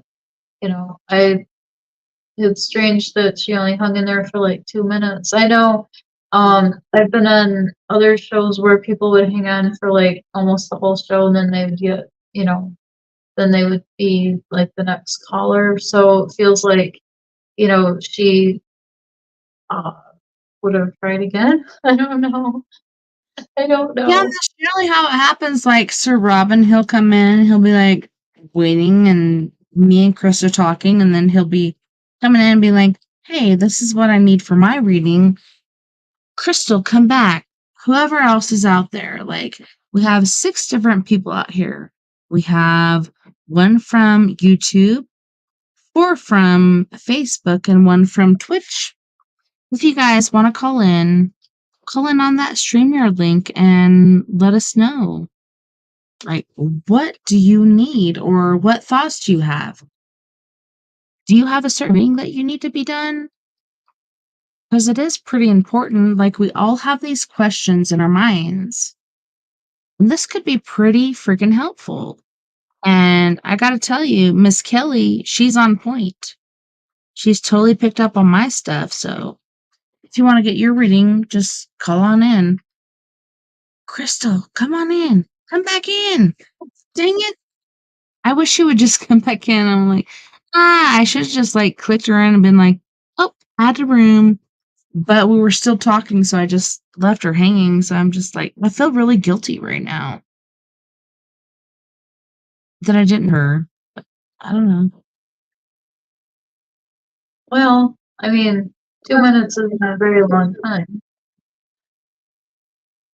I know, and you look super gorgeous on your red couch. And we're actually over time. It's 10:11. Thank you. We generally quit the show at 10. So, Miss Kelly, is there anything else you want to tell us about chakras and chakra healing and anything else that we need to know before we leave the show tonight? Well, there's a lot of different things that are, you can go as in depth as you want to. I actually just got these cards in the mail. They're really cool. I'm learning different things like the root chakra. There's affirmations like I'm centered and grounded. I love being in my body. I have everything I need. I am connected to nature. I am safe. And then there's yoga poses, which I'm not going to do the yoga poses. And, I Do the know. downward dog. Just kidding. I'm going to go do the chair pose and the thunderbolt pose and the mountain pose. I've never seen those. I know, the garland pose and the staff pose and the warrior two pose and the bridge pose. Now you know what the poses are, and I'm not going to demonstrate it for you. But yeah, like the healing practices for the root chakra are grounding, meditation, like physical activity would be walking, barefoot, running, and yoga, which I kind of like went over earlier. Nutrition would be protein, root vegetables, and red colored foods. Psychotherapy, it would be exploring the root of all your fears. Aromatherapy would be sandalwood, vetiver, black pepper, and ginger. Now, when you're doing the meditation, focus your attention on the root chakra point. And when you're grounding, it's like I said before, you're grounding with the earth. And so the crystals and gemstones would be red coral, red jasper, ruby, garnet, hematite, and black tourmaline. For the sacral, which is the orange one, your affirmations are going to be, I am creative and joyful. I embrace my sexuality. I honor my desires. I am playful and spontaneous. I deserve to enjoy life. Your healing practices are self-nurturance. Do the things you really enjoy and love. Playful activities. Get creative and try something new daily. Meditation. Focus your attention on the sacral chakra point. Journaling. Start writing down your feelings and thoughts. Nutrition. Create a pleasurable experience with a variety of foods. Now, I think that would be also incorporating like mindful eating, like really thoroughly enjoy each bite and use all your senses. I think that would be something that, that would be one of the healing practices, but they don't list it. Aromatherapy, rose, sweet orange, tangerine, and ylang ylang. Tantra, enjoy the sexual journey. Affirmations and mantras. So now you had the issues with your sacral. So your health state, balanced, creative, passionate, sensual, playful, balanced emotions, energetic, joyful. Unbalanced, guilt, addictive behaviors, explosiveness, drama, seeking attention, lack of desire, insecurity, anxiety. I'm not sure I'm really picking up on those, but crystals and gemstones, amber, citrine, coral, carnelian, garnet, moonstone. Yeah, I've been using selenite and tourmaline and purple one. What the heck is it called? I can't think of it right now. Those are the Amethyst? ones I've used. Amethyst, yes. Oh, okay. I don't think I said the root chakra health state. Balanced, grounded, energetic, physically fit, safe, secure, fearless, calm, centered. Unbalanced, apathy, laziness, anxiety, depression, fear, insecurity, lack of motivation, weak physical health. Um, solar plexus was one of them you had issues with. Affirmations. I feel my own power. My potential is unlimited. I honor myself. I accomplish tasks easily. I act with courage. Healing practices. Sunbathing. Get as much sunlight as possible. I want to put in there and add sunscreen. But, yeah. Just don't move Circadian. your skin off. Like, take care of yourself. Seriously. Yeah, yeah. Circadian rhythm. Adjust your body's 24-hour internal clock. I have issues with that. Meditation. Focus your attention on the solar plexus point. Break routine. Break the dull inertia and try something new. Nutrition. Don't overeat. Eat until you are 80% full. Aromatherapy. Lemongrass, sandalwood, myrrh, lavender. Physical activities. Affirmations and mantras. Health state. Balanced, Sure. strong, empowered, confident, motivated, determined, decisive, collaborative. Mhm. Unbalanced. Competitive, angry, aggressive, low self-esteem, lack of energy, powerless, egoistical, manipulative. Crystals and gemstones. Yellow topaz, golden beryl, yellow jasper, yellow sapphire, citrine, and tiger's eye. Now, here's the heart chakra. Affirmations. I love myself and others. I am an expression of love. I am worthy of love. I forgive myself and others. I follow the voice of my heart. Healing practices. Breathing. Experiment with different breathing techniques. Forest bathing. Spend some time on the heart chakra point. Self-love. Accept yourself and make healthy choices in life. Nutrition. Infuse love into your meals and express gratitude. Aromatherapy. Frankincense, geranium, melissa, neroli, rose. Practice gratitude. Affirmations and mantras. Health state. Full of love, kind, compassionate, accepting, peaceful, unattached. Unbalanced, needy, helpless, tired, exhausted, afraid to let go, lonely, lack of purpose, overly attached, clingy. Crystals and gemstones. Rose quartz, rhodonite, emerald, amazonite, malachite, green aventurine. Going under the throat chakra, affirmations. I hear and speak the truth. I live an authentic life. My voice matters. I have integrity. I am open and honest. Healing practices. Speak. Talking, mantra chanting, humming, singing, shouting. Listen. Explore different types of sound healing therapy. Meditation. Focus your attention on the throat chakra point. Breathing. Experiment with different breathing techniques. Journaling. Express your thoughts and emotions. Aromatherapy. Peppermint, bergamot, basil, geranium. Practice active listening. Affirmations and mantras. Healing state, or health state, I'm sorry.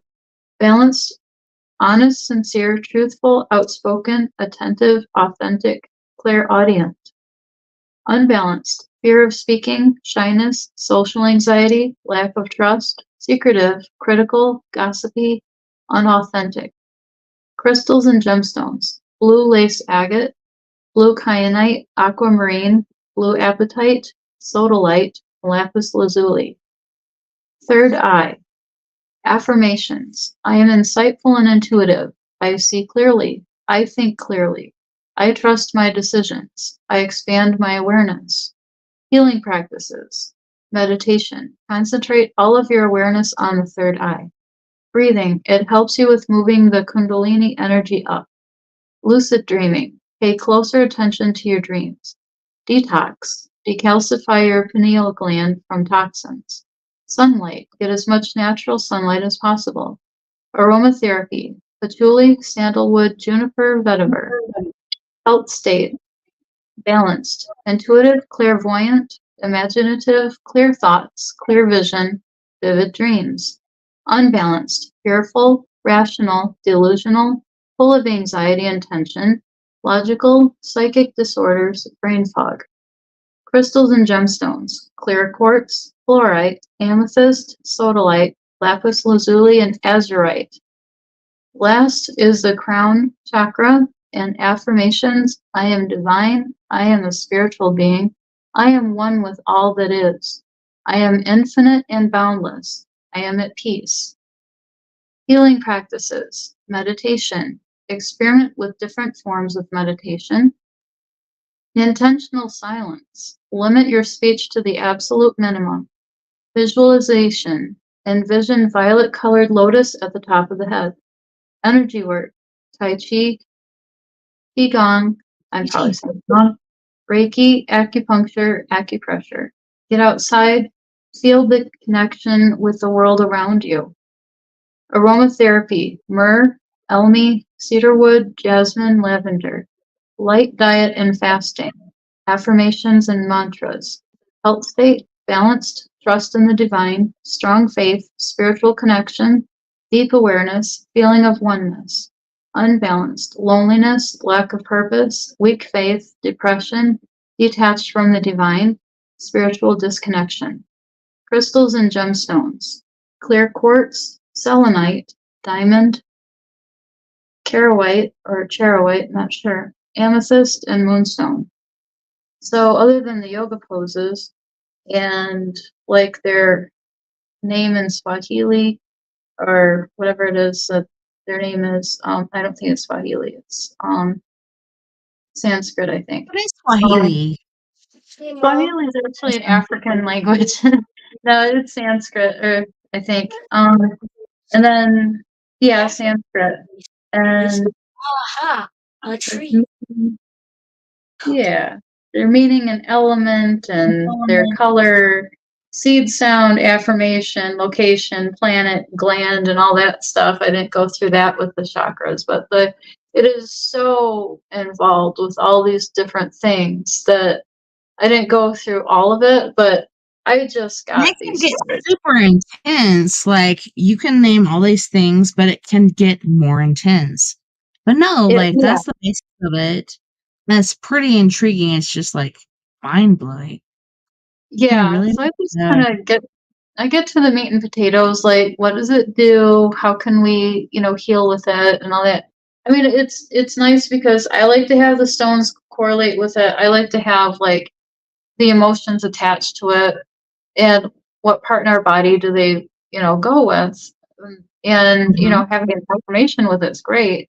But it's like then you have all this other like in-depth information, which, some people might really be into, but it's like it really kind of is too much information for some to really get hit with all that when all they really want to do is feel better, Some people Yeah, want it and don't. it depends on what level you're at, what you're going through, etc. But hearing that from you, it makes a lot of sense. But at the same time, like you said, we're going through different levels of this integration, and we might not get it all at first. But hopefully, we come upon this and we can get it eventually. Because everything you said just now is pretty important. To me, it's Yeah. super important. Yeah, and I think, when we start talking about the planet that it correlates with, it's like, okay, so now do we need to know astrology? And then if we know astrology, does it go with Vedic astrology? Because I don't think it would go with Western astrology. What planet are you picking up on? Well, I mean, like, for the crown chakra, that would be going with, what did they say? Jupiter. Okay, so that goes with Jupiter. So do we go with the properties of Jupiter? Okay. Well, then you can branch it out to astrology, and I think that's probably going with Vedic astrology. Like, what position is the planet, and how does that correlate with your birth sign? Well, is your birth sign in Sagittarius, or does that shift back into going in Scorpio? Because a lot of the Sagittarius people would then shift back into Scorpio if it was in Vedic astrology, because, they kind of shift back a little bit. So it's kind of mind blowing. It's like, okay, so I don't think that we're going in Western astrology. So yeah, it's like my mind's blown. Yeah, I don't know Vedic Yeah, it's astrology. like And then you have to come back afterwards. Like, you have to blow your mind. Then you come back and you're like, okay, now I'm going to pick up on what the heck she just said. But anyways, Miss Kelly, I want to thank you for being on the show this evening. Super grateful for you and your time and your intelligence and everything that you've shared with us. It's super amazing. Well, thank you. I appreciate being on here, and I hope I've helped you, and I hope I've helped some others that are listening or will be listening in the future. And I'm always trying to upgrade my knowledge, and I am definitely not the expert. And there are people that know far more than I do, but I like to use what I know to be able to help people in the way that I can with the energy part. I just know, like, we have so many people watching right now, and we had Crystal come in, and I'm just like, man, I wish she would have come back. And then there's people just watching. I'm like, come in, get your reading. But, I understand. Like, I was at that point where I was like, I'm too shy. I ain't gonna do it. I'm just gonna listen to other people. So Yeah. hopefully they'll call in later on. So if they do call in later on, where can they find you? I'm on Facebook at Kelly L. Walters. I probably should make my privacy settings so I'm not so difficult to find. But I was getting a lot of Right? the Nigerian princes that were trying to, do their Oh thing, my and God. nobody needs that. And then You've been there Instagram, too. yeah, isn't that great? You get like 10 of those a day, and they fall in love and they want to marry you to get their green card. Great friends from this region. I'm like, wow, good for you. Anywho's, what the Like, they heck? don't even look to see if my friends are married and they're trying to do a marriage proposal. Hi, you're so beautiful. I want to marry you. Oh, great. Thanks. Yeah. You're So so gracious. yeah, and then so I don't. I was like, no. So there, I'll try to make my privacy settings so people can find me. And then there's the real Kelly. It's the real Kelly L. Walters at Instagram. And those are pretty much the ones that they can find me at right now, because I have other ones that I never use. So that's where they can find me. Otherwise, you can email me at Kelly, KELLYL, Walters, WALTERS, 1974 at gmail, mail.com. I know it's long, but that's a really good one to find me at. Just, listen, forward, back. Listen, forward, back. So you Yeah. get it. But no, I'm super grateful you're here. And I don't know, I feel really bad about that chick. She checked in and then she left. And I'm like, where'd she go? No, don't leave. That makes me feel terrible because it's like we're in a conversation, we're trying to finish that up, and then she just gives up. Don't give up. Come on in. So if there's somebody that was listening tonight that was like, hey, I try to come into the show to get my free reading, will you give them a free reading, or will you be like, well, I guess I have to charge you this amount? What's gonna happen if they come in after tonight? Tonight, right now, if they come in and say, hey, I was, trying to come in on the show, didn't work, how's that gonna happen? If they tried to come in on the show, yeah, it'll be free. Now I'll get 9,000 of those in my inbox. No, So no, if they that's what I'm saying. Like, don't give it like 2 fucking days worth. Right now, right now. If she comes in, so the girl's name was Crystal, and then it might be somebody else. But yes, I definitely Crystal, saw her, and I was yeah, just like, Crystal will get it damn, free. like, why did you leave? So hopefully she'll get in contact with you because we all need that chakra reading and we need to figure out what is going on within us. Like, I know last time you read me, it was my throat chakra. Now I know it's something else. So it could change. Different things are happening. Things are changing. So Yeah, our bodies change, our experiences change, our psyches change, our emotions and our reactions change. So yeah, it's something that you don't just it's a once and done. It you don't need to have it weekly. I mean, some people might be going through turmoil or something, but Mhm. if Crystal gets a hold of me, sure, hers can be free. But other people, I'll give you like a 50% discount for being on the show. You give them a 24-hour discrepancy. If you contact me within this next 24 hours, I will give you a free reading. Or no. How does that Uh, work? yeah, I mean for her or everybody? For her? Well, we've had like 6 to 7 different people, so If you write them down, because I can't see it, then okay, they so can let get one me for free. tell you. Don't say them on the air. They might not want to Well, be on the air. say, like, Just there's 4 on Facebook and there's 1 on Twitch. So then they write say, them down and send them to me. I don't even know their names. All I know is there's 4 on YouTube and 1 on Twitch. No, 4 on Facebook, 1 on Twitch. So if they come through and say, "Hey, I was listening to your show," and you can count 1, 2, 3, 4 for Facebook, 1 for the Twitch person, perhaps that can work. I don't know. It's crazy because people can be jilted and lie. I don't understand why you do that if you're not originally listening to the show, but it's been up and down, like wavering the whole time. Um, Basically, they listen while we're talking, and then during break, they go down, and then they go back up when we're talking, and then they go down on break. I totally get it. I just Yeah. hate that Crystal came in, and I should have just been like, well, add to cast. But I didn't because I was just like, I was waiting for you to finish your sentence and then I was going to add her in because I don't want to interrupt, not thinking she would interrupt, but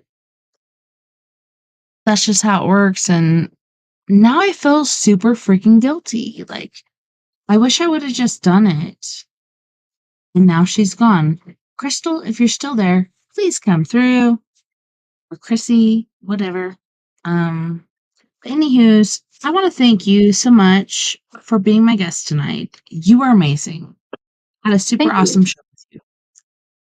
Thank you very much. I appreciate being on here. I enjoyed it very much, and it was nice to get back in the saddle. I feel like next time it'll go more smoothly, but this is my first time of doing that for a long time because I've had, things going on. So, yeah, it was great to be back. So, thank you. And definitely, if you're up for it, I'd love to do it again. Thank you. That would be wonderful. Thank you. I appreciate it. Yay! And I want to thank all of our friends on We Are Paradox Media's Facebook, KPNL Radio, Twitter, Spreaker, iHeartRadio, wherever else beyond the Omniverse you're listening to tonight. I had a wonderful time, and I can't wait to do it again tomorrow night. We have story time with me, TessaTNT. So I hope you guys enjoy that. Mysteries of Hollywood. It's pretty intriguing. We were just recently talking about my hunka burn love, Elvis Presley. Even though he died a year before I was born, was my number one crush. I was in love with the dead guy. Can't help it. What about you, Kelly? How cool. How cool. Yeah. Yeah. Thank you.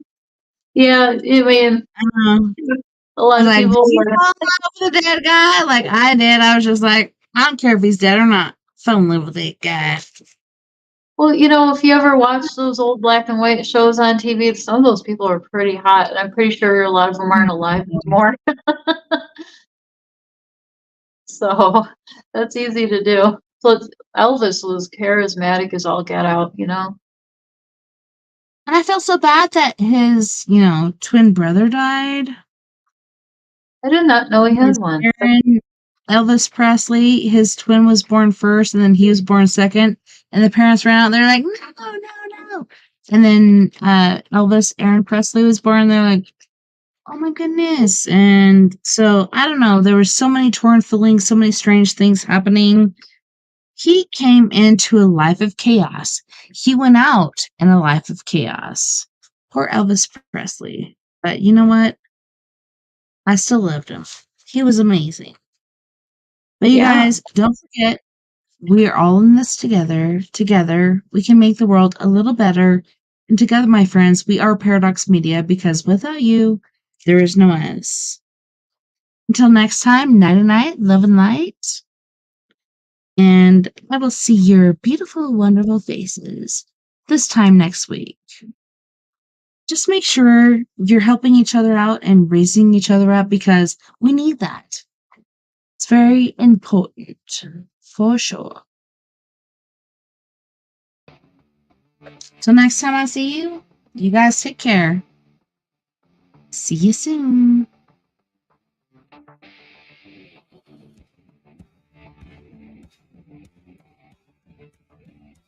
Thank you, Sister Kelly. It was so awesome to talk to you and, learn from your knowledge and everything. Like, I don't know. To me, that was amazing. Oh, thank you, Sister Tessa. This has been a wonderful night, and I've enjoyed it so much. It, inviting me into your world and the living rooms and wherever else everybody else is at. So, yeah, this has been a fun experience.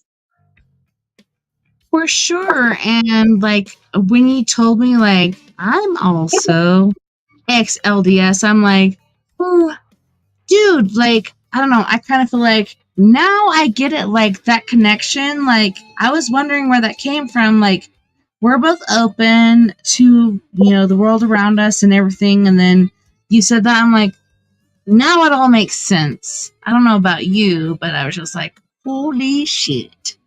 No, to My me, that was grandpa was a amazing. minister. Yeah. Can you believe that? I know. And like, both of us, like, we're not religious, we're spiritual, and we're learning different things. Like, over here, it's like, oh, we're in this different TP. This is a whole religious thing. And we're over here, and it's like, we know so much more. I think. I don't know about you, but that's how I feel. Yeah. Like, I can talk to God in the forest. I can talk to God in my front yard. As long as I'm talking to him, I'm okay. But I just need my kids to learn about him and my brother Jesus, etc. And Yeah. I don't know. To me, it was pretty intriguing. I don't know. It's so weird. So different. Yeah, it's pretty cool. It's like, I'm open to hearing about all kinds of different experiences and different religions and non-religions and spiritual practices and people that don't practice. And, it's just like the only thing that really matters to me is if somebody treats other people with respect and love and, that matters to me. Like right now, I'm weirded out because the missionaries are like, this is your last lesson. Then the kids got baptized, and now we've done like 8 to 10 different lessons afterwards. I'm like, what the frack is happening? Like, why are you still doing this? And it's like, we need to keep shoving and shoving and shoving this information down your throats. And I'm like, why? If we go to church on Sunday, that should be cool, but they're just like, yeah, we need to keep doing this. Yeah, let's keep shoving it. Are you getting it yet? So Yeah, just yeah, recently, we were talking about Jesus Christ and the atonement. So the kids got everything else except for atonement. They're like, kind of think I remember what that meant, but I'm not quite sure. yeah, yeah.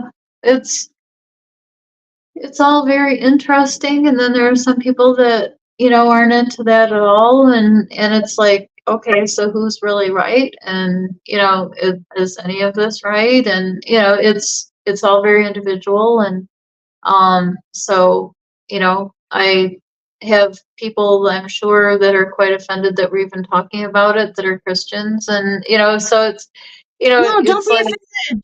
Whether you're spiritual or Christian or whatever, it's okay. We're just talking openly. Please don't be. exactly. Right.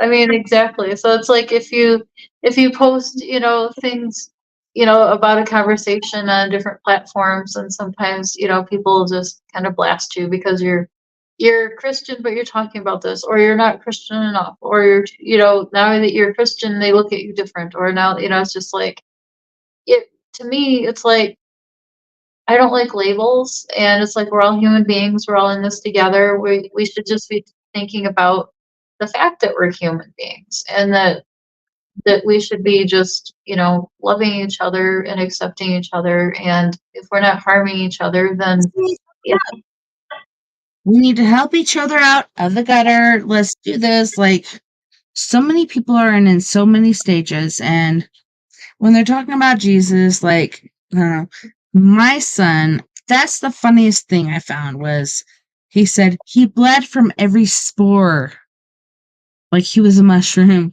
And that to me was funny. I'm like, remember?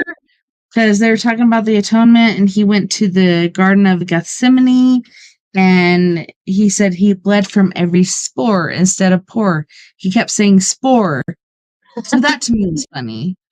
yeah, And so last time we went, he's like, I'm trying to remember. I'm like, remember when you said from every spore?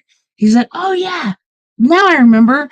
But it's not that we're negligent or indigent or whatever. Like, we remember shit. I hate to use the SH word, but why? Like, why are they doing this? So before baptism, they're like, this is going to be our last lesson. Then the kids went and got baptized. And now we've had about 10 to 15 lessons since. And the kids are like, why? They keep asking me why. Like, why are we still doing this? And I'm like, I don't know. I thought the last lesson was like right before you were baptized, but they keep going. And that didn't happen with my two daughters before, like Kinsey and Nova. When they got baptized, and that was it. And this, they're just like still trying to, I don't know, it feels like they're still trying to shove shit down their throats. And to me, it's ridiculous. And I actually had to look up. Let me look this up really quick on my thing because I actually have a picture that I took. And it's about praying in public. And Jesus even warned about this. And I might sound ignorant saying this, but I'm telling you, sister, I feel like this is the truth. So let's go to the next one. Oh, let's go to this one. Should prayer be public or private? Most references to prayer in both the Old and New Testament are private moments. Jesus himself had much to say about prayer. Most references in the Bible show Jesus to be praying in private, and he cautioned his disciples about public prayer, like people that would stand on the street corners or whatever. And there's another one that says Jesus taught, when you pray, do not be like the hypocrites, for they love to pray standing in the synagogues and on the street corners to be seen by men. But when you pray, go into your room, close the door, and pray to your Father who is unseen. This is a private thing. So when the missionaries are like, are you going to do the prayer this time? Okay, you're the one calling this meeting. You guys should be doing the opening and closing prayer. Don't pressure my kids to do that in public because, like, to me, that's redonkulous. I don't know. What do you think? Am I wrong? I don't think anybody should be pressured to do anything they don't feel comfortable with, period. Yeah, my So, kids like sit their chairs back and they'll go like all the way back in the classroom, and I'm like, get back up here. Like, I'm trying to get them back up here, and they're just like, don't pressure my kids to pray. Like, me and my kids, we sit there, we do prayer at night, we pray together. I'll start the prayer, they'll add different things, and we do it together. And then you're asking my son or daughter or whatever to do it at the beginning or the end of this certain lesson. No, you call this lesson, you do the prayer, the beginning or the end. Don't pressure my kids. And like I was reading here, like Jesus even said, do not. pressure them to do that. I don't know. I don't know what you think, but when you pray, do not be like the hypocrites, for they love to pray standing in the synagogues and on the street corners to be seen by men. But when you pray, go into a room, close the door, and pray to your Father who is unseen. And I feel like when you first get that relationship with God, you should go into a closed door and you should have a private session instead of this missionary being like, hey, you need to pray right now. Like, give me a fucking break. I hate to use the F word, except for I love it so much. I use it so much. Don't pressure my kids to do this. You know what I'm saying, sister? Seriously. Yeah, yeah. Yeah, it feels almost intimidating if you're making somebody do something, that it feels like it's not going to be a genuine thing if you're making them do it. Yeah.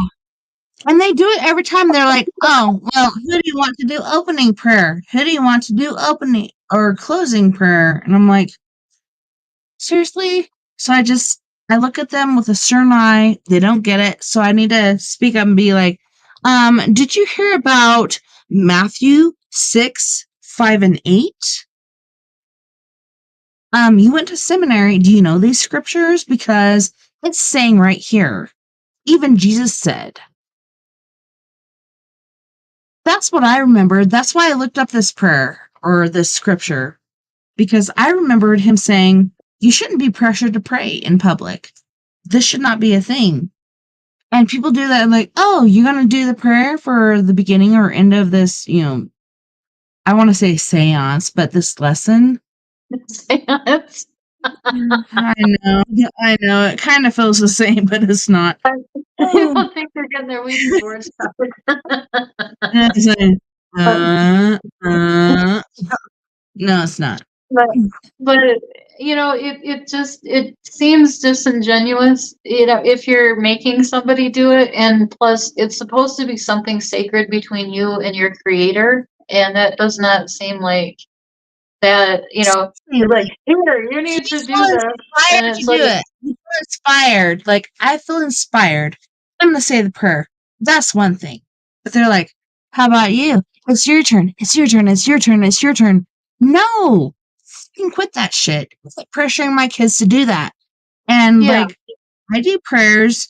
Okay, so I do scriptures. Luckily, I have the kids' Book of Mormon or whatever. So we're reading, like, short chapters, and they're more direct, so it's better. And then at the end, we'll get down on our knees, which is the best way to pray, and we'll pray to God. And we'll do that. And I'll start it, and then Floyd will put something in, Lily will put something in, maybe Vern will put something in, depends on who's praying with us at the time, and then we'll end it. But no way in, I almost said fucking, but fracking hell am I going to force my kids to pray? And these guys are like, okay, next time it's your turn. No, it's not. And I want them to know, like, I'm going to read this scripture to them. I'm like, oh, do you remember Matthew? This and this and that and that. Like, do they remember that? Because why? Why do they feel like they have to pressure my kids into praying? Like, to me, that's redonkulous. You shouldn't be doing that. To me, like, when I got baptized and all this shit happened, that was years before anybody asked me to pray. And these guys are like, you gonna pray? You gonna pray? You gonna pray? I'm like, what the crack is that? Like, to me, that is too much. yeah, some people have social anxiety, and some people don't want to, read something in front of others because maybe they don't feel comfortable, or they don't want to say something off the cuff in front of other people, because they don't They feel comfortable. missionaries, they're like, we have social anxiety. And he's like, well, when we were at the water fountain together, it didn't seem like that. Why are you being a judgmental bitch? They have social anxiety, blah, blah, blah. Yes, you're out there at the fountain together, you're, playing together, blah, blah, blah. But this is different. Like, social anxiety does exist. My kids do have it. Some of my kids have ADHD, ADD, blah, blah, blah. Social anxiety. I have social anxiety. That's why I have to have a shot or two before I start a show. seriously. And they're like, oh, well, you didn't seem like that by the water fountain. Well, that's different. Like, this is interacting with you by a water fountain.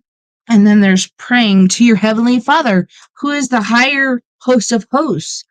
What the fuck? Like, to me, that is insane. Yeah, yeah, and it's like putting pressure on where you're just able to be yourself in front of the water fountain and you aren't being pressured to be anything but yourself and you aren't being put on the spot. I mean, there's a big difference between being put on the spot and having to do something in front of like 15 people rather than just interacting one on one when you're not being watched and you're not being listened to and Mhm. and you're not being expected to be a certain way and say things a certain way and maybe you might mess up a word and being Missionaries, judged. there's 3 of us, and blah, blah. It's still a group.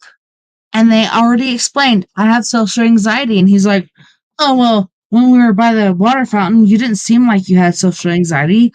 That's not you asking me to say a prayer. That to me is bullshit. Quit judging my kids. Is your name God?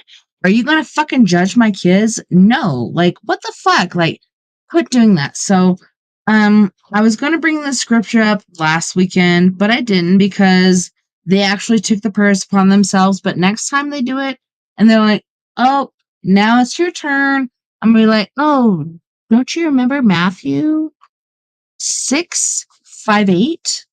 Where Jesus taught, when you pray, do not be like the hypocrites, for they love to pray standing in the synagogues and on the street corners to be seen by men. But when you pray, go into your room, close the door, and pray to your Father who is unseen. You shouldn't be doing this in public. You should be doing this in private. And they're just like, oh, this is a willy-nilly fucking party. I don't think so. This is a private, personal thing. And when we do it as a family, I'll start the prayer, Floyd will add something, Lily will add something, then I'll end it. That's totally cool. But they're just like, it's your turn, it's your turn, it's your turn. It's like we're in a college frat party or whatever, and it's their turn to pray. Don't do that. To me, it's ridiculous. Why? Why are you pressuring my kids? Like, to me, it's stupid. I don't Yeah, get it. I could see if they said any volunteers. That's different than pointing out somebody and putting pressure on Yeah, them. Or, because they'll stick if they prayers don't, back then, in the day. yeah, if they don't have volunteers, then do it themselves. Don't be pointing out somebody and making it, have them feel uh singled out. And judged. Exactly. Like, they shouldn't be doing that. They should make you feel most comfortable or whatever. If you want to call this, like you said, the last meeting we had was before they got baptized. Now we've had like 10 to 15 freaking meetings and we're still going. Why? I don't get it. Because my other 2 kids were baptized. We never had this shit happen. I hate to use the SH word, but at the same time, what the fuck? So yeah, and they're like, oh, well, you want to say the prayer? No. If you want to call this meeting, you say the prayer. And then I saw that as far as Matthew 6:5-8. You shouldn't be forcing my kids to do this because this is a private thing. Prayer is a private thing. And you're like, come on, come on, come on. You can do it next time. No. If you want it done, you do it. Let my kids do it at home. And that's what we do. Like, I'll start the prayer, they'll put the stuff in the middle, and then maybe my husband will finish it. Maybe I'll finish it. Just depends on who's there at the time. Do not pressure my kids. And it's hard because I have social anxiety. My kids have ADHD, ADD, all this other shit. Don't pressure them. And they're just like, oh, well, by the water fountain, you seem pretty fine. Well, that's you and her, or you and him, whoever was interacting by the water fountain. This is different than settling down to pray in front of how many people? social anxiety does kick in, and I don't think they get it, and they're so fucking judgmental. Just like last weekend, I set my alarm wrong. Oops. When the alarm went off and I saw it, I was like, holy shit, I think this alarm is wrong. I knew it right away. I was like, holy shit, it should have been an hour earlier, but it was an hour later. So we missed sacrament meeting. We went to primary. At least we fucking made it. I know I keep using cuss words, but we still made it. And yeah, they're like, hey, we came over to your house and we even talked to your daughter Nova, and we're like, hey, would you like to go to church with us? They even asked me that this week. I'm like, she's not interested at all. Like, she had so many negative things going on during her stint in church. She's not interested. But we're here. Sorry, we were late. We didn't take sacrament, but we did primary and talked about bad apples and stuff. But I don't know. It's like, who are you? Is your name Jesus or God? Are you there to judge us? Because I thought that was the only two that were supposed to judge us. Seriously. Yeah, that gives the religion a bad name when people start going into that role. And what happened to bodily autonomy? What happened to having healthy boundaries? I mean, those get overstepped, and we need to be mindful of not overstepping and stepping on other people.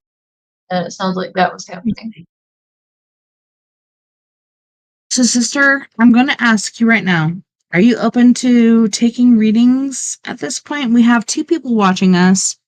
If not, we can end the show. But if you're up to it, we can continue. But I'm just asking before we end it, because we've been going for a long time, and I know, it's long and drawn out, but we still have 2 people watching. Are you open for readings, or? If they call in the next 5 minutes, yes. Otherwise, it's about 1 o'clock here Eastern time where I'm at. You got Dang, 5 sister. minutes. Yeah, it's about 11 o'clock here, but I was just asking, like, if you're open for it, we can take calls. And I'm surprised, like, we had Crystal call in, then she left, and I was totally expecting her to call back in. She never did.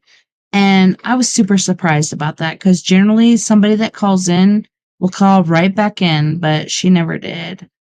I hope she's okay. I hope everything's going okay. Because holy shit, like, life is hard right now, and getting a reading is so helpful. And I don't know.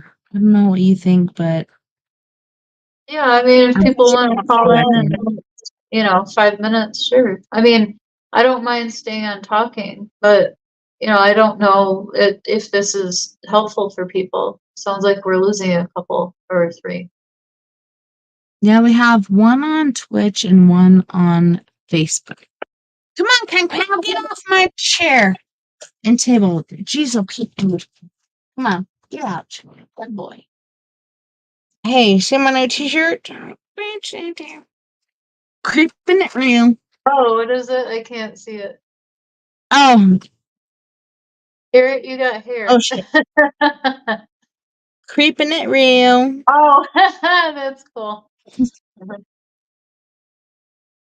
But yeah, we have some on Facebook and some on Twitch. If you want to call in, right here. I've had it there the whole time tonight. That is the link.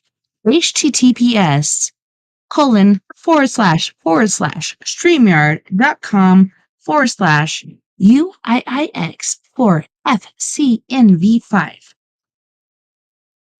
Whoa, we had a glitch. I know, I saw you leave and then come back, but it was just a moment. Yeah, apparently we were too naughty for YouTube. Like, that person left.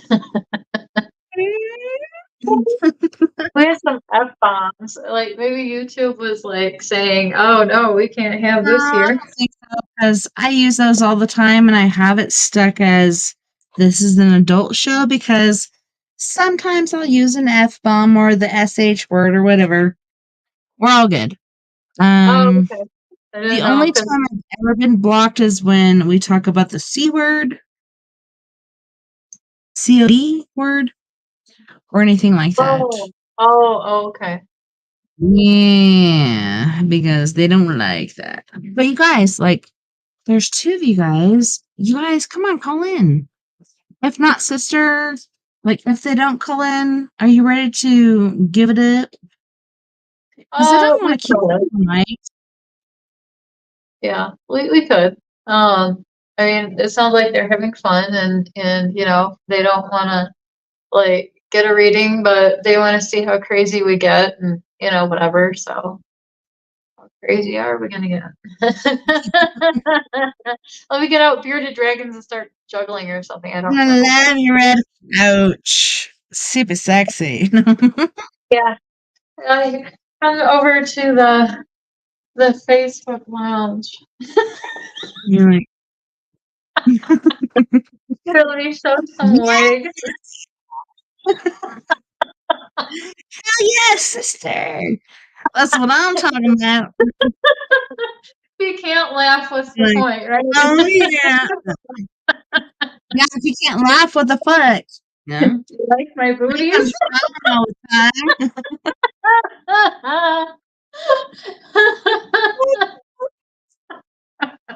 Oh, I love that. Makes me feel so happy in my heart. Yeah, like I told you about my doppelganger thing. Like, have you had anything like that happen? Like, that to me was so weird because I came in, my husband was just looking at me like fucking strange. I'm like, why are you looking at me like that? And he's like, how the fuck did you do that? And I'm like, what are you talking about? He's like, you just went into the office and didn't come back out, and here you are. I'm like, well, how long ago did that happen? Because I was out there for at least 25 to 30 minutes packing snacks for school and getting clothes ready, etc., etc. He's like, it was within the last 2 to 3 minutes. So I'm like, wasn't me, boss. And I swear to God, it's my doppelganger. Just like walking through, looking at my cell phone, not even using the light to see their way. They just walked in here, knew where the fuck they were going. I'm like, what the crack? Have you had anything like that happen? Not other than people thinking that they saw me like at a grocery store working there or somebody at some nature preserve or something where they have like a booth where they can get, I don't know if you get fishing licenses or whatever it is over there or whatever to feed the fish or ducks. I don't know what it is. But I was like, well, no, I don't work there, but I don't know how close that they look, you know, like me or not. I mean, I haven't seen these people and maybe these people really aren't very good at judging how somebody looks. You know, they might not look close to me at all. But, you know, it would be interesting if I walked in and went, what? You know, I've never personally run into somebody that I thought, wow. But you know, if you there's like a Facebook like twins thing, like doppelganger thing, like you know, you'll submit your picture and somebody else, you know, different people submit people that look like you, and then some people actually meet them and have pictures taken and they look almost exactly alike. Seriously? That's Yeah. weird. Yeah, like they'll do like worldwide search, and sometimes it's like the person in Iowa, there's a person that lives in Nebraska that looks like them, and then they meet up. Isn't that weird? Yeah, to me it was weird because like I was like, hey guys, sorry, gotta go, gotta get my kids snacks and clothes and whatever together. I went out there and it took like 25 to 30 minutes. And then I came back in and Vern's just giving me this look and I'm like, why the fuck are you looking at me like this? Like it was, I don't know, very judgmental and stuff. He's just like, I'm like, why are you looking at me like this? He's like, how did you do that?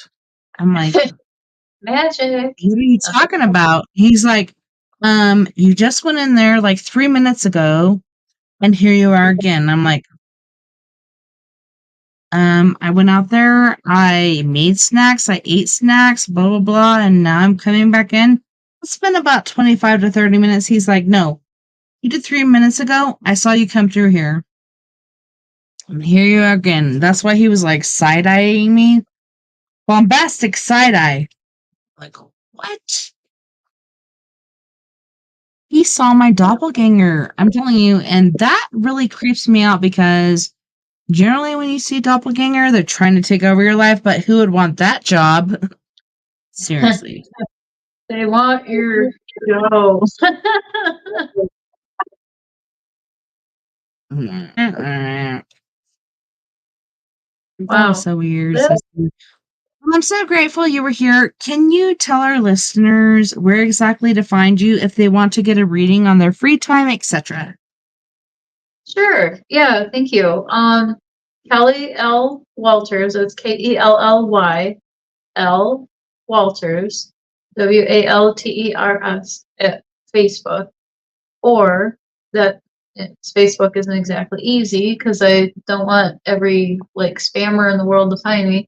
Or Instagram, which is the real Kelly L. Walters. Or you can email me, which might be better, at Kelly L. Walters 1974 at gmail.com.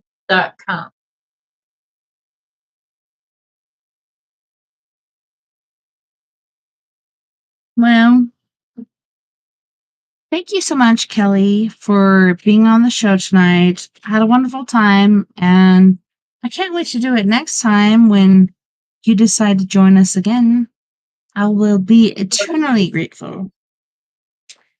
Thank you. I'm looking forward to it too. That's going to be fun. Maybe we can do a guided meditation, or maybe we can have a special guest, or I'll be further in the book that I'm writing, dropping a little something about that. So, yeah, I would Yeah, love to like be I on again. said, anything you want to add to the show, it's your show. So whatever you want to do, I'm totally down. Excellent. I'm excited. Thank you. Yeah, maybe I could bring the animals on. You Who knows? definitely, that'd be awesome. Yeah, yeah. So that could be fun. Let's see what happens. I have a friend that's a psychic. Maybe we could have her call in too.